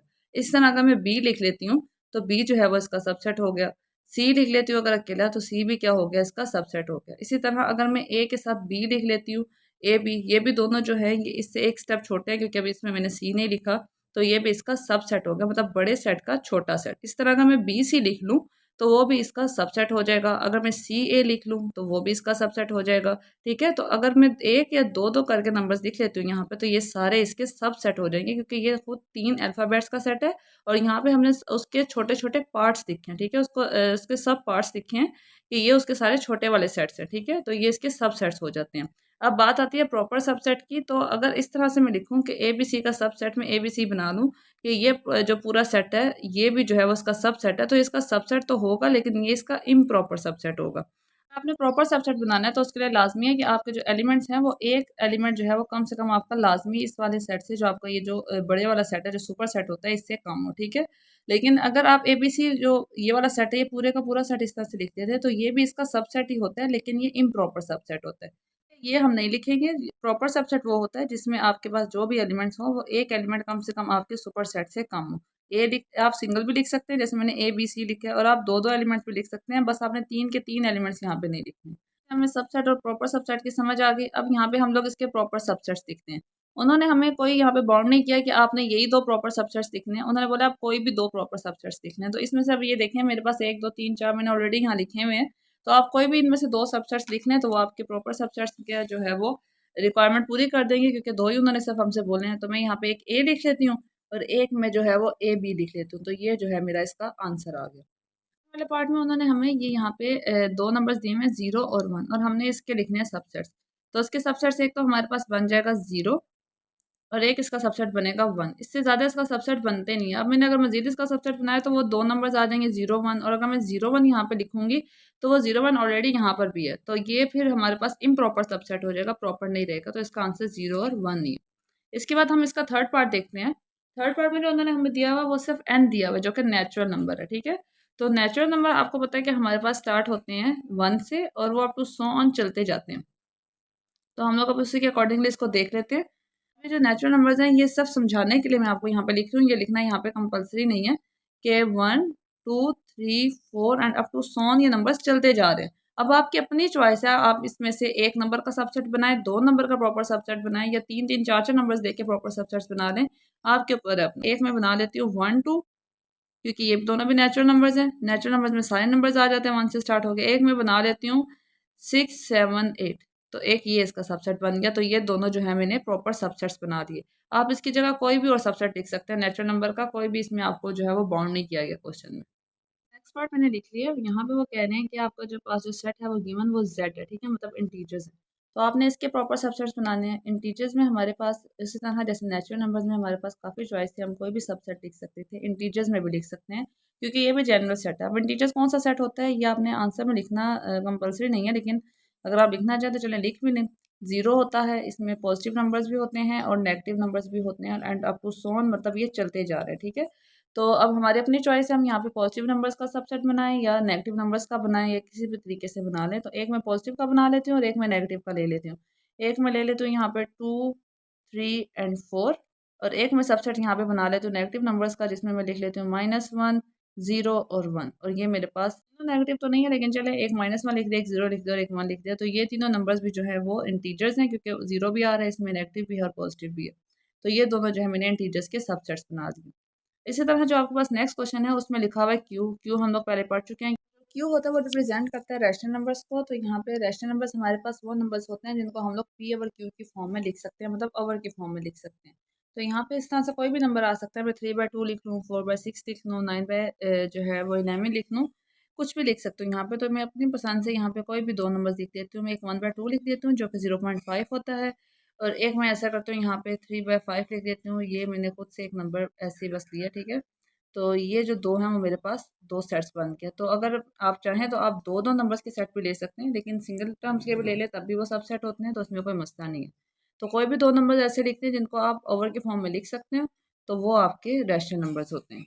तो उसमें आर गिवन है, आर से मुराद जो होती है वो होते हैं रियल नंबर्स, ठीक है। रियल नंबर्स की हमने पीछे डेफिनेशन भी जो देखी है और जो सेट भी देखा है उसमें लिखा था कि जो रियल नंबर्स होते हैं वो यूनियन होते हैं, मतलब मिला के बनते हैं किस किस को, रैशनल नंबर्स को और इरेशनल नंबर्स को। मतलब रियल नंबर्स के अंदर सारे रैशनल नंबर्स भी आते हैं और सारे इरेशनल नंबर्स भी आते हैं। तो रियल नंबर का सेट जो है वो दो तरीके से बन सकता है। एक तो बड़ा सिंपल जो है वो ज़्यादा बेहतर मुझे तो ये लगता है कि आप रियल नंबर की डेफिनेशन होती है ये। तो एक मैं इसका सबसेट अगर इस तरह से बना लूँ कि एक इसका सबसेट है रैशनल नंबर क्यू और एक इसका सबसेट है इरेशनल नंबर क्यू प्राइम। तो एक इसका ये सबसेट हो गया और एक इसका ये वाला सबसेट हो गया। तो इस तरह ज़्यादा बेहतर है कि सारे रैशनल नंबर्स भी इसके अंदर इंक्लूड हो रहे होते हैं, तो ये एक सबसेट बन सकता है, और सारे इरेशनल नंबर्स भी इसके अंदर जो हैं वो होते हैं रियल नंबर्स के अंदर, तो ये भी एक इसका सबसेट बन सकता है। और अगर मैं इन दोनों को मिला के लिखती तो फिर तो वो डेफिनेशन बन जाती है रियल नंबर की, तो वो इम्प्रॉपर हो जाता क्योंकि वो सारे एलिमेंट्स आ जाते। तो मैंने सेपरेट सेपरेट लिखे। तो रियल नंबर्स को हम लोग रैशनल और इरेशनल दो इसके अलग अलग सबसेट बना सकते हैं। एक इसके अंदर ये होते हैं, दूसरे इसके अंदर ये होते हैं। एक तो ये टर्म हो गई। दूसरा, इसको अगर आपने नंबर्स के अकॉर्डिंगली करना है तो रियल नंबर जो होते हैं हमारे ऐसे नंबर्स होते हैं जिसके अंदर हमारे सारे रैशनल्स, इरेशनल मतलब इंटीजर्स, और नेचुरल नंबर्स, होल नंबर्स, मतलब सारे नंबर्स आ जाते हैं। इसके अंदर हम डेसिमल वाले नंबर्स भी लिख सकते हैं, फ्रैक्शन वाले भी लिख सकते हैं, इसके अंदर हम नेगेटिव नंबर्स भी लिख सकते हैं और पॉजिटिव नंबर्स भी लिख सकते हैं। तो ये हमारी टोटली अपनी चॉइस होती है कि हम इसमें कौन से नंबर्स लिख के इसका सबसेट बना लें। मैं चाहूँ तो मैं इसका सबसेट जो है वो -3/4 इस तरह से भी बना सकती हूँ, और मैं चाहूँ तो मैं इसका जो सबसेट है वो चाहूँ 2, 3, 4 इस तरह से सिंपल भी बना सकती हूँ, क्योंकि इसके अंदर सारे नंबर्स एग्जिस्ट कर रहे हैं, सारे रैशनल इरेशनल सब नंबर्स हैं। तो आप कोई भी अपनी पसंद से रैंडमली नंबर लिख सकते हैं, पॉजिटिव हो चाहे नेगेटिव हो कुछ भी, ठीक है। तो वो आपका रियल नंबर के दो सबसेट्स बन जाएंगे। और एक ये इसका तरीका करने का, इसको आप 1 बोल दें, और एक ये इसका तरीका, इसको आप 2 बोल दें। ये मैंने आपको जैसे समझाने के लिए लिखा था कि ये हमने डेफिनेशन इसकी पढ़ी थी, ठीक है। इसके बाद जो नेक्स्ट इसका पार्ट है वो सेट बिल्डर फॉर्म में लिखा हुआ है, और इसके भी हमने दो बनाने हैं सबसेट्स, प्रॉपर सबसेट। तो यहाँ पे जो आपके पास गिवन है सेट वो भी आपका रैशनल नंबर है, ठीक है। रैशनल नंबर मतलब जिसको हम पी ओवर क्यू के फॉर्म में लिख सकते हैं। और जो आपने जो सेट की रेंज दी हुई है वो ये दी हुई है कि 0 > जो एक्स है वो बड़ा है 0 से, क्योंकि 0 छोटा एक्स है, तो एक्स 0 से बड़ा है, और वो 2 तक जा रहा है, 2 से छोटा नहीं है, ये 2 से बड़ा नहीं है, और ये इक्वल का साइन है। ये जो नीचे लाइन है इसके, डेट मीन्स कि वो 2 तक जा रहा है, 0 से बड़ा है और 2 तक जा रहा है, तो 0 से बड़ी टर्म होती है 1, और 2 तक जा रहे हैं, तो मतलब इस सेट के अंदर, ये जो सेट लिखा हुआ है इसके अंदर हमारे पास दो नंबर्स हैं, एक नंबर है 1 और एक 2 है। कैसे पता चला इसको देखकर, मतलब इस सेट के अंदर हमारे पास दो नंबर्स हैं, एक 1 और एक 2 है, और ये मुझे कैसे पता चला, इसको देखकर कि यहाँ पे लिखा हुआ है कि आपका जो सेट है वो 0 से 0 जो है वो लेस देन एक्स से, मतलब एक्स जो है वो बड़ा है और 0 छोटा है। तो एक्स जो है वो 0 से बड़ा है, और वो कहाँ तक जा रहा है, 2 तक जा रहा है। तो 0 से बड़ा मतलब 1, और जाना कहाँ तक है, 2 तक ही जाना है, तो दो ही नंबर्स बीच में आते हैं, एक 1 और एक 2।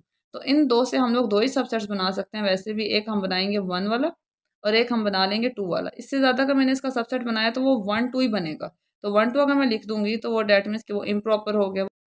अच्छा, इसमें एक छोटा-सा पॉइंट ऐसा है जो डिस्कस करने वाला है, वो ये कि मैंने आपसे ये कहा था कि 0 से बड़ी है और 2 तक की वैल्यू जा रही है, तो 0 से बड़ा इसमें 1 आता है और 2 तक इसने जाना है, तो 1 एंड 2। तो हम 1 और 2 को इसका सबसेट लिख सकते हैं, जो कि बहुत ही ईज़ी तरीके है। लेकिन अगर हम यहाँ पे गौर करें तो ये इसके और भी सबसेट्स बन सकते हैं। वो सबसेट्स आप बनाना चाहें तो बना लें, नहीं तो ये सिंपल इस तरह से लिख लें तब भी कोई मसला नहीं है। लेकिन यहाँ पे ये क्यू है, क्यू मीन्स डैट के ये रैशनल नंबर्स हैं। अगर ये रैशनल नंबर्स हैं तो डैट मीन्स कि हम इसको पी ओवर क्यू के फॉर्म में, मतलब इसको डिवाइड के फॉर्म में लिख सकते हैं।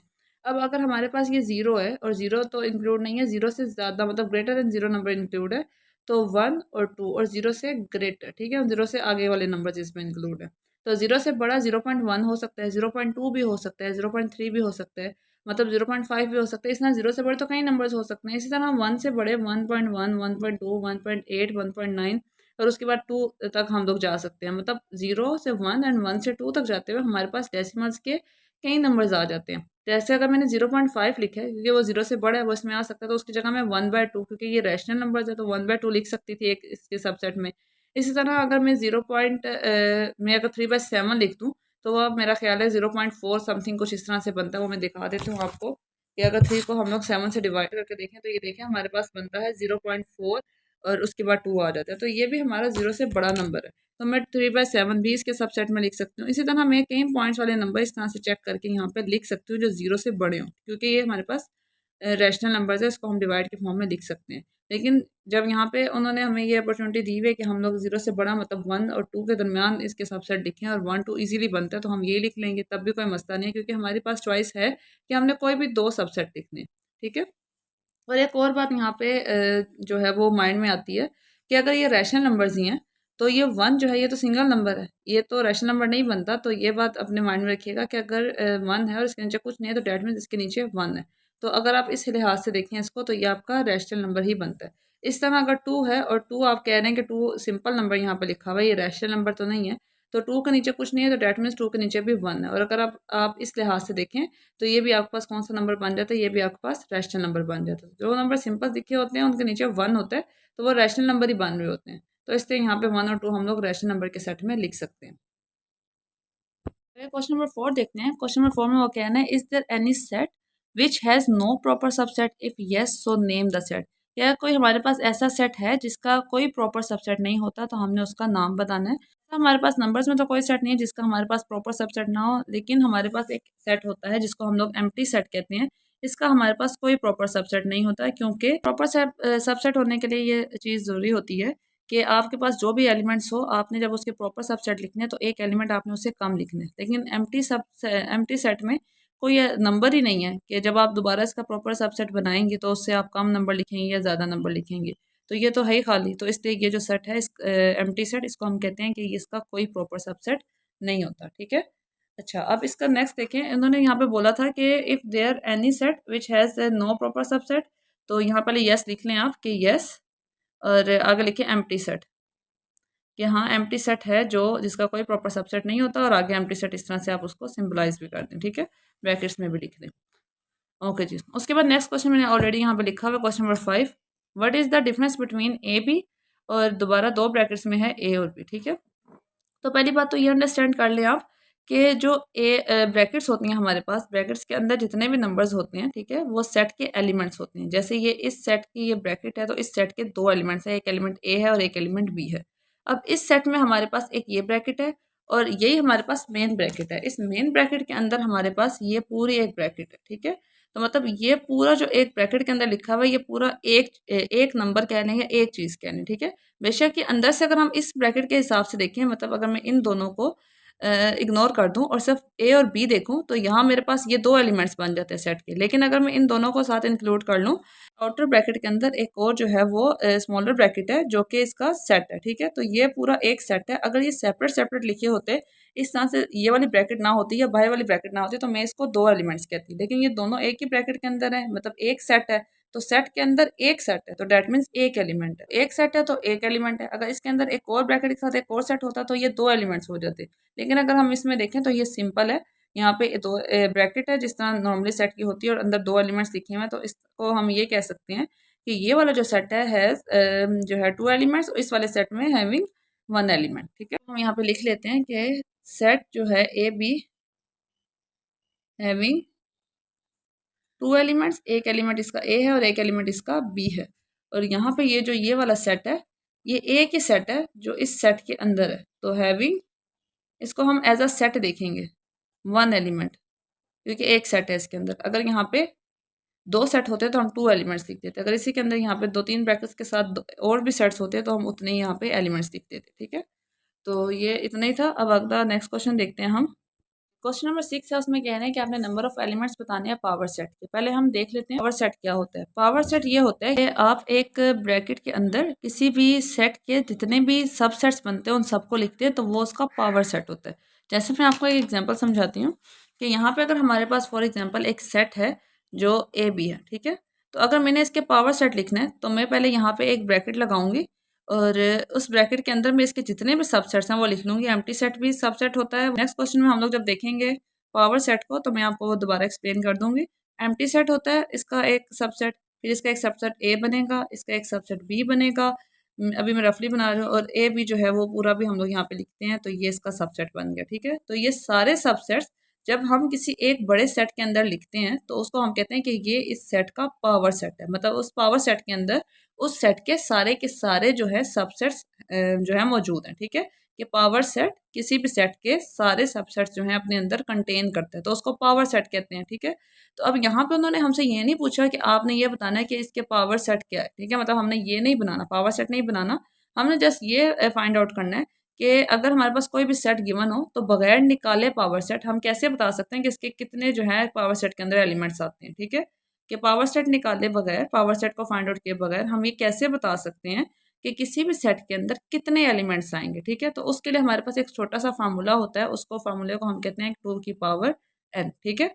तो ये वाला फार्मूला यूज़ करके हम जल्दी से सारे जो है वो निकाल लेते हैं कि पावर सेट जो है के अंदर कितने एलिमेंट्स आएंगे। सबसे पहले हम लोगों ने इसके number of elements of power set निकालने हैं, तो उसके लिए हमारे पास जो फार्मूला होता है वो होता है 2n। 2n के लिए हमारे पास n की वैल्यू होना लाजमी है। तो n जो होता है वो किसको कहते हैं, n कहते हैं नंबर ऑफ एलिमेंट्स को, कि सेट के अंदर कितने हमारे पास नंबर हैं। तो सबसे पहले हम लिखेंगे नंबर ऑफ एलिमेंट्स, कि इस सेट के अंदर नंबर ऑफ एलिमेंट्स कितने हैं। तो ये हमारे पास एम्प्टी सेट है, तो एम्प्टी सेट में कोई एलिमेंट नहीं है, तो इसका हम यहाँ पे लिख देंगे 0, कि यहाँ पे नंबर ऑफ एलिमेंट्स जो है वो 0 है। उसके बाद हम लिखेंगे जो हमने फाइंड करना है number of elements of power set, के पावर सेट के नंबर ऑफ एलिमेंट्स के, पावर सेट के अंदर कितने एलिमेंट्स आएंगे। तो उसका फार्मूला हमें पता है क्या है कि 2 की पावर n है, वो हम ऑलरेडी डिस्कस कर चुके हैं। इक्वल यहाँ पे लगाऊंगे 2, n की जगह लगाऊंगे 0, किसी की पावर 0 हो तो क्या आ जाता है 1। तो इसके जो नंबर ऑफ एलिमेंट्स इसके पावर सेट में आएंगे वो कितने आएंगे 1 आएंगे। इसी तरह सिंपल सा क्वेश्चन और बाकी सारे पार्ट्स भी इसके इसी तरह से हो जाएंगे। अब इसका अगला पार्ट मैं लिखती हूँ। सेकंड पार्ट इसका मैंने लिख लिया जो कि 0 और 1 है। तो इसके लिए भी सबसे पहले हम लोग क्या लिखेंगे कि नंबर ऑफ एलिमेंट्स कितने इधर, तो नंबर ऑफ एलिमेंट्स हैं यहाँ पे 2, एक 0 है और एक 1 है, तो मैंने यहाँ लिख लिया 2। उसके बाद हमने फाइंड करना है नंबर ऑफ नंबर NO लिख लें या NUM लिख लें या पूरा भी लिख लें, इसमें कोई इशू नहीं है। Number of elements of power set, कि अगर हम इसका पावर सेट निकालें तो कितने नंबर ऑफ एलिमेंट्स आएंगे बीच में। तो उसके लिए हमारे पास फार्मूला होता है 2 की power n। 2 as it is ही रहेगा, n की जगह हम क्या लगा लेंगे 2, मतलब जितने नंबर ऑफ एलिमेंट्स होते हैं वो लगाते हैं। तो 2 की पावर 2 4। इसका ये मतलब हुआ कि अगर हम लोग इसका पावर सेट निकालेंगे तो पावर सेट के अंदर, इसके पावर सेट के अंदर 4 एलिमेंट्स आएंगे। इस तरह अब नेक्स्ट पार्ट करते हैं। ओके, जिसका मैंने नेक्स्ट पार्ट लिख लिया, इसका भी सोल्यूशन उसी तरह स्टार्ट करते हैं। सबसे पहले लिखते हैं कि नंबर ऑफ एलिमेंट्स यहाँ पे कितने हैं। तो नंबर ऑफ एलिमेंट्स, इसके एलिमेंट्स है हमारे पास 7, आप इसको गिन भी लें बेशक, तो ये 7 ही बनेंगे, 1 2 3 4 5 6 7 ही है। 7 लिखेंगे number of elements of power set. तो उसके लिए हमारे पास जो फार्मूला है 2 की पावर n वो लगा लिया, 2 एज इट इज़, और n की जगह जो नंबर ऑफ एलिमेंट्स हैं 7 वो लिख लिए। 2 की पावर 7 हमारे पास क्या होता है वो हम यहाँ पे कैलकुलेटर पर चेक कर लेंगे। 128, दोस्तों ये मतलब हुआ कि अगर हम इसका पावर सेट बनाएं तो पावर सेट के अंदर इसके 128 एलिमेंट्स आएंगे, ठीक है। अब नेक्स्ट वाला पार्ट देखते हैं इसका। इसके बाद मैंने इसका नेक्स्ट पार्ट लिख लिया। यहाँ पे भी अगर आप देखें तो यहाँ 0 से स्टार्ट होकर 7 तक काउंटिंग जा रही है। तो इसका मतलब है कि इसमें 1 2 3 4 5 6 7 8 मतलब 8 एलिमेंट्स है। तो सबसे पहले हम लोग यहाँ पे लिख लेंगे कि इसके एलिमेंट्स कितने हैं। तो number of elements is equals to कितने बने हमारे पास 8। उसके बाद हमने ये लिखना है कि number of elements in power set, के पावर सेट के अंदर कितने एलिमेंट्स हैं। तो number of elements in power set, तो उसके लिए हमारे पास जो फार्मूला होता है 2 की पावर n वो हम लगाएंगे, 2 एज इट इज़ ही रहेगा, और n की जगह जो हमारे नंबर ऑफ एलिमेंट्स है 8 वो लिख देंगे। जब 2 की पावर 8 लेंगे तो वो हमारे पास बन जाए 256, और ये इसका आंसर है, ठीक है। इसके बाद अगर हम नेक्स्ट पार्ट देखें इसका, तो यहाँ पे हमारे पास नंबर ऑफ एलिमेंट्स कितने हैं 2 हैं। ये लास्ट जो क्वेश्चन किया क्वेश्चन नंबर 5, उसमें हम ये देख चुके हैं कि अगर बड़ी ब्रैकेट के अंदर एक स्मॉलर ब्रैकेट आ रही है तो उसको हम एक एलिमेंट कंसीडर करते हैं। मतलब ये जो एक ब्रैकेट के अंदर जो भी एलिमेंट्स हैं 2 हैं 4 हैं जितने भी हैं, लेकिन ये जो ब्रैकेट है कि एक एलिमेंट है और एक एलिमेंट यहाँ पे ए है, तो मतलब यहाँ पे नंबर ऑफ एलिमेंट्स हमारे पास 2 हैं। तो नंबर ऑफ एलिमेंट्स यहाँ पे कितने हो गए, 2 हो गए। और नीचे जब हम लोग लिखेंगे number of elements in power set, तो पावर सेट के अंदर कितने एलिमेंट्स हैं, उसके लिए हम 2 की पावर n लिख लेते हैं यहाँ पे फार्मूला। देन उसके बाद 2 एज इट इज़ रहेगा और n की जगह हम उसकी पावर 2 लिख लेंगे। 2 की पावर 2 कितना हो जाता है, 4, और 4 इसका आंसर है। अब हम देखते हैं इसका नेक्स्ट पार्ट। नेक्स्ट पार्ट में अगर आप देखें तो यहाँ ब्रैकेट्स के अंदर 1 2 3 ब्रैकेट्स है, तो डैट मीन्स यहाँ पे जो नंबर ऑफ एलिमेंट्स है वो हमारे पास 3 है। तो यहाँ मैं लिख लूँगी नंबर ऑफ एलिमेंट्स, एक ब्रैकेट, दूसरी ब्रैकेट और तीसरी ब्रैकेट, मतलब नंबर ऑफ एलिमेंट्स 3। और जब number of elements in power set निकालूंगे तो मैं यहाँ पे डायरेक्ट फार्मूला लिख लेती हूँ 2 की पावर n, तो वो आ जाएगा 2 की पावर 3, और 2 की पावर 3 2 मल्टीप्लाई 2 करें तो वो 8 आता है, तो इसका आंसर आ जाएगा 8। तो इसका मतलब है कि जब हम इसके इन 3 सेट्स के जब पावर सेट्स बनाएंगे तो वो हमारे पास जो नंबर ऑफ एलिमेंट्स होंगे उसके वो 8 होंगे। ये वाला क्वेश्चन यहाँ पे कंप्लीट हो जाता है। हमारा क्वेश्चन नंबर 7, उसमें हमने फाइंड करना है पावर सेट। ठीक है, तो फर्स्ट जो हमारा क्वेश्चन है वो लिखा हुआ 9 11, इसके हम जब निकालेंगे पावर सेट्स, तो पावर सेट्स में आपको अगेन रिपीट कर देती हूँ। ऐसा सेट जिसके अंदर सारे पॉसिबल जितने भी आपके सब सेट्स हैं वो मौजूद हों, वो पावर सेट होते हैं।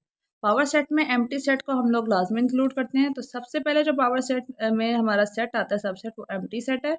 उसके बाद हम इसका जो सबसेट लिखेंगे वो लिखेंगे 9, सिंगल नंबर लिख लेते हैं। उसके बाद जो इसका लिखेंगे वो लिखेंगे 11।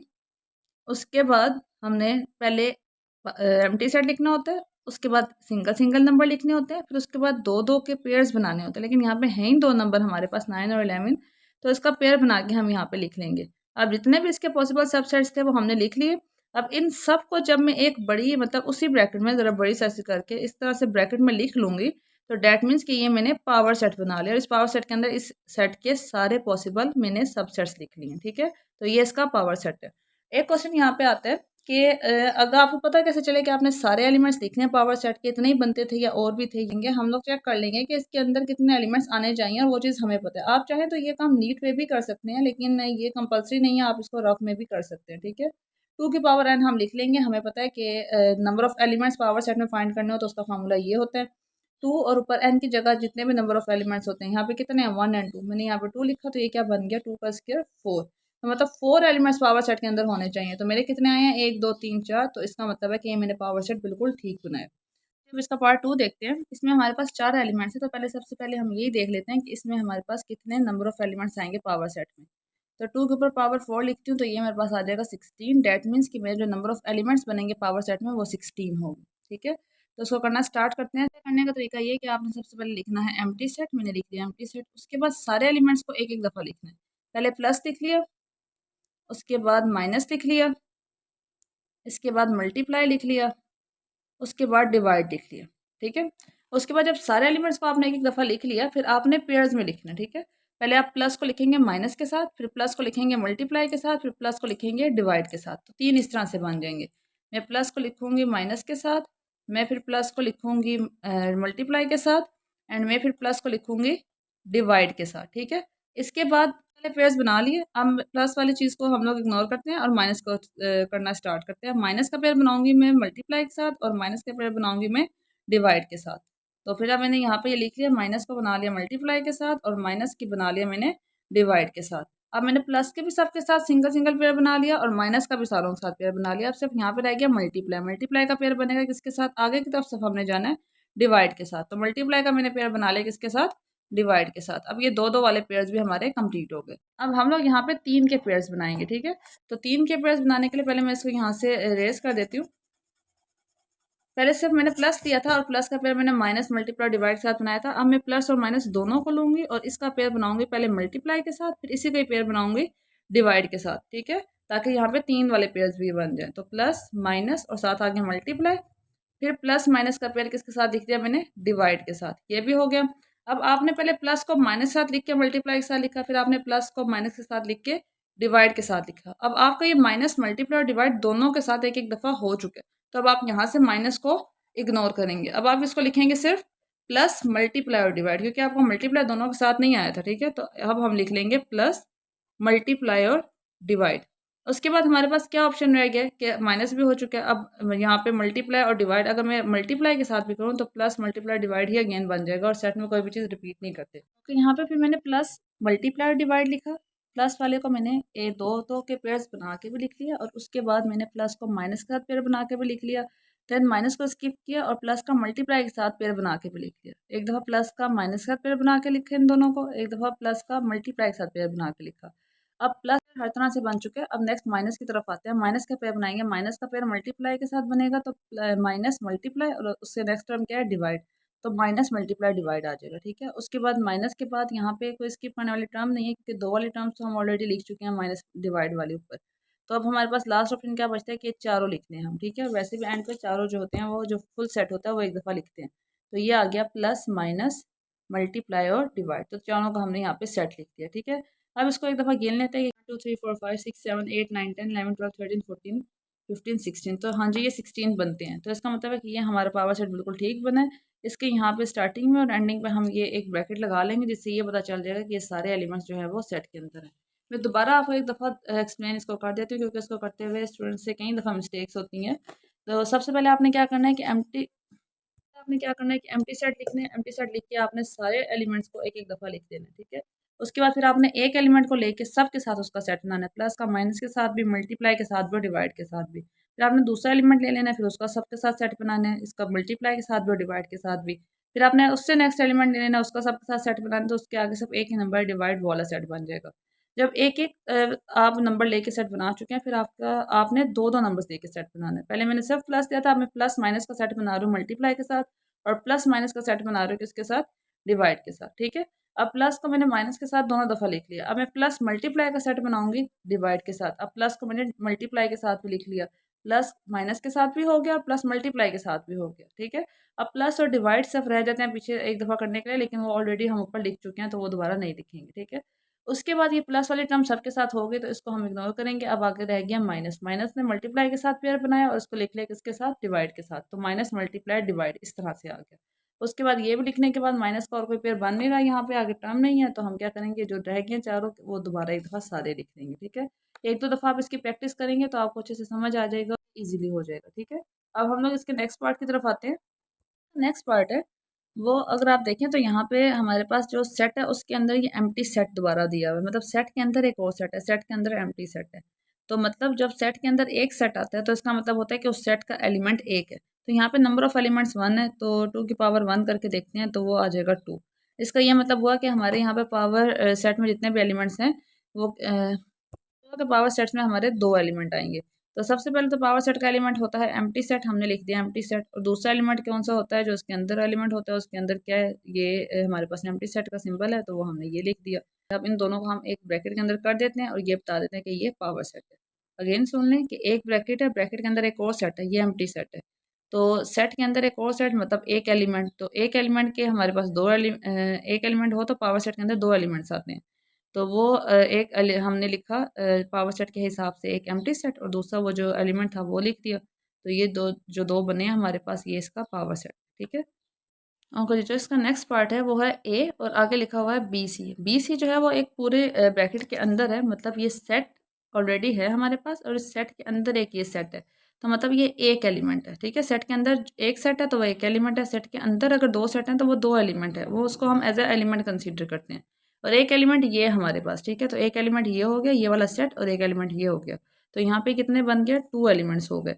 तो जब इसके number of elements in power set निकालेंगे तो 2 के ऊपर पावर 2, तो ये आ जाता है 4। तो मतलब इसके हमारे पास पावर सेट के अंदर 4 एलिमेंट्स आएंगे।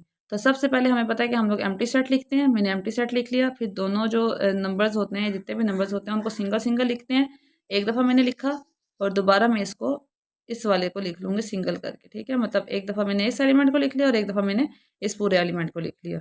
तो ये हो गया। उसके बाद हमने दो दो का पेयर बनाना होता है, दो का पेयर बनाएंगे तो है ही यहाँ पे दो, तो उनका पेयर अगेन वैसे ही बन जाएगा बी और सी। और इसके अलावा यहाँ पे कोई एलिमेंट ही नहीं है कि जिसका पेयर बन सके, तो ये यहाँ पे ख़त्म हो जाता है। इनको हम लोग एक ब्रैकेट के अंदर कर लेंगे, तो इससे ये हमें पता चल गया कि ये जो 4 एलिमेंट्स हैं ये इस पावर सेट के एलिमेंट्स हैं। ठीक है, तो इसको हम लोगों ने एक एलिमेंट कंसिडर किया, बस इसमें यही मेन चीज़ थी जो आपने याद रखनी थी। ये एक्सरसाइज यहाँ पे कंप्लीट हो जाती है। उम्मीद करती हूँ कि आपको समझ आ गया होगा। अगर कुछ भी आपको समझ ना आया तो आप कमेंट्स में पूछ सकते हैं। आज के लिए इतना ही। अल्लाह हाफ़िज़।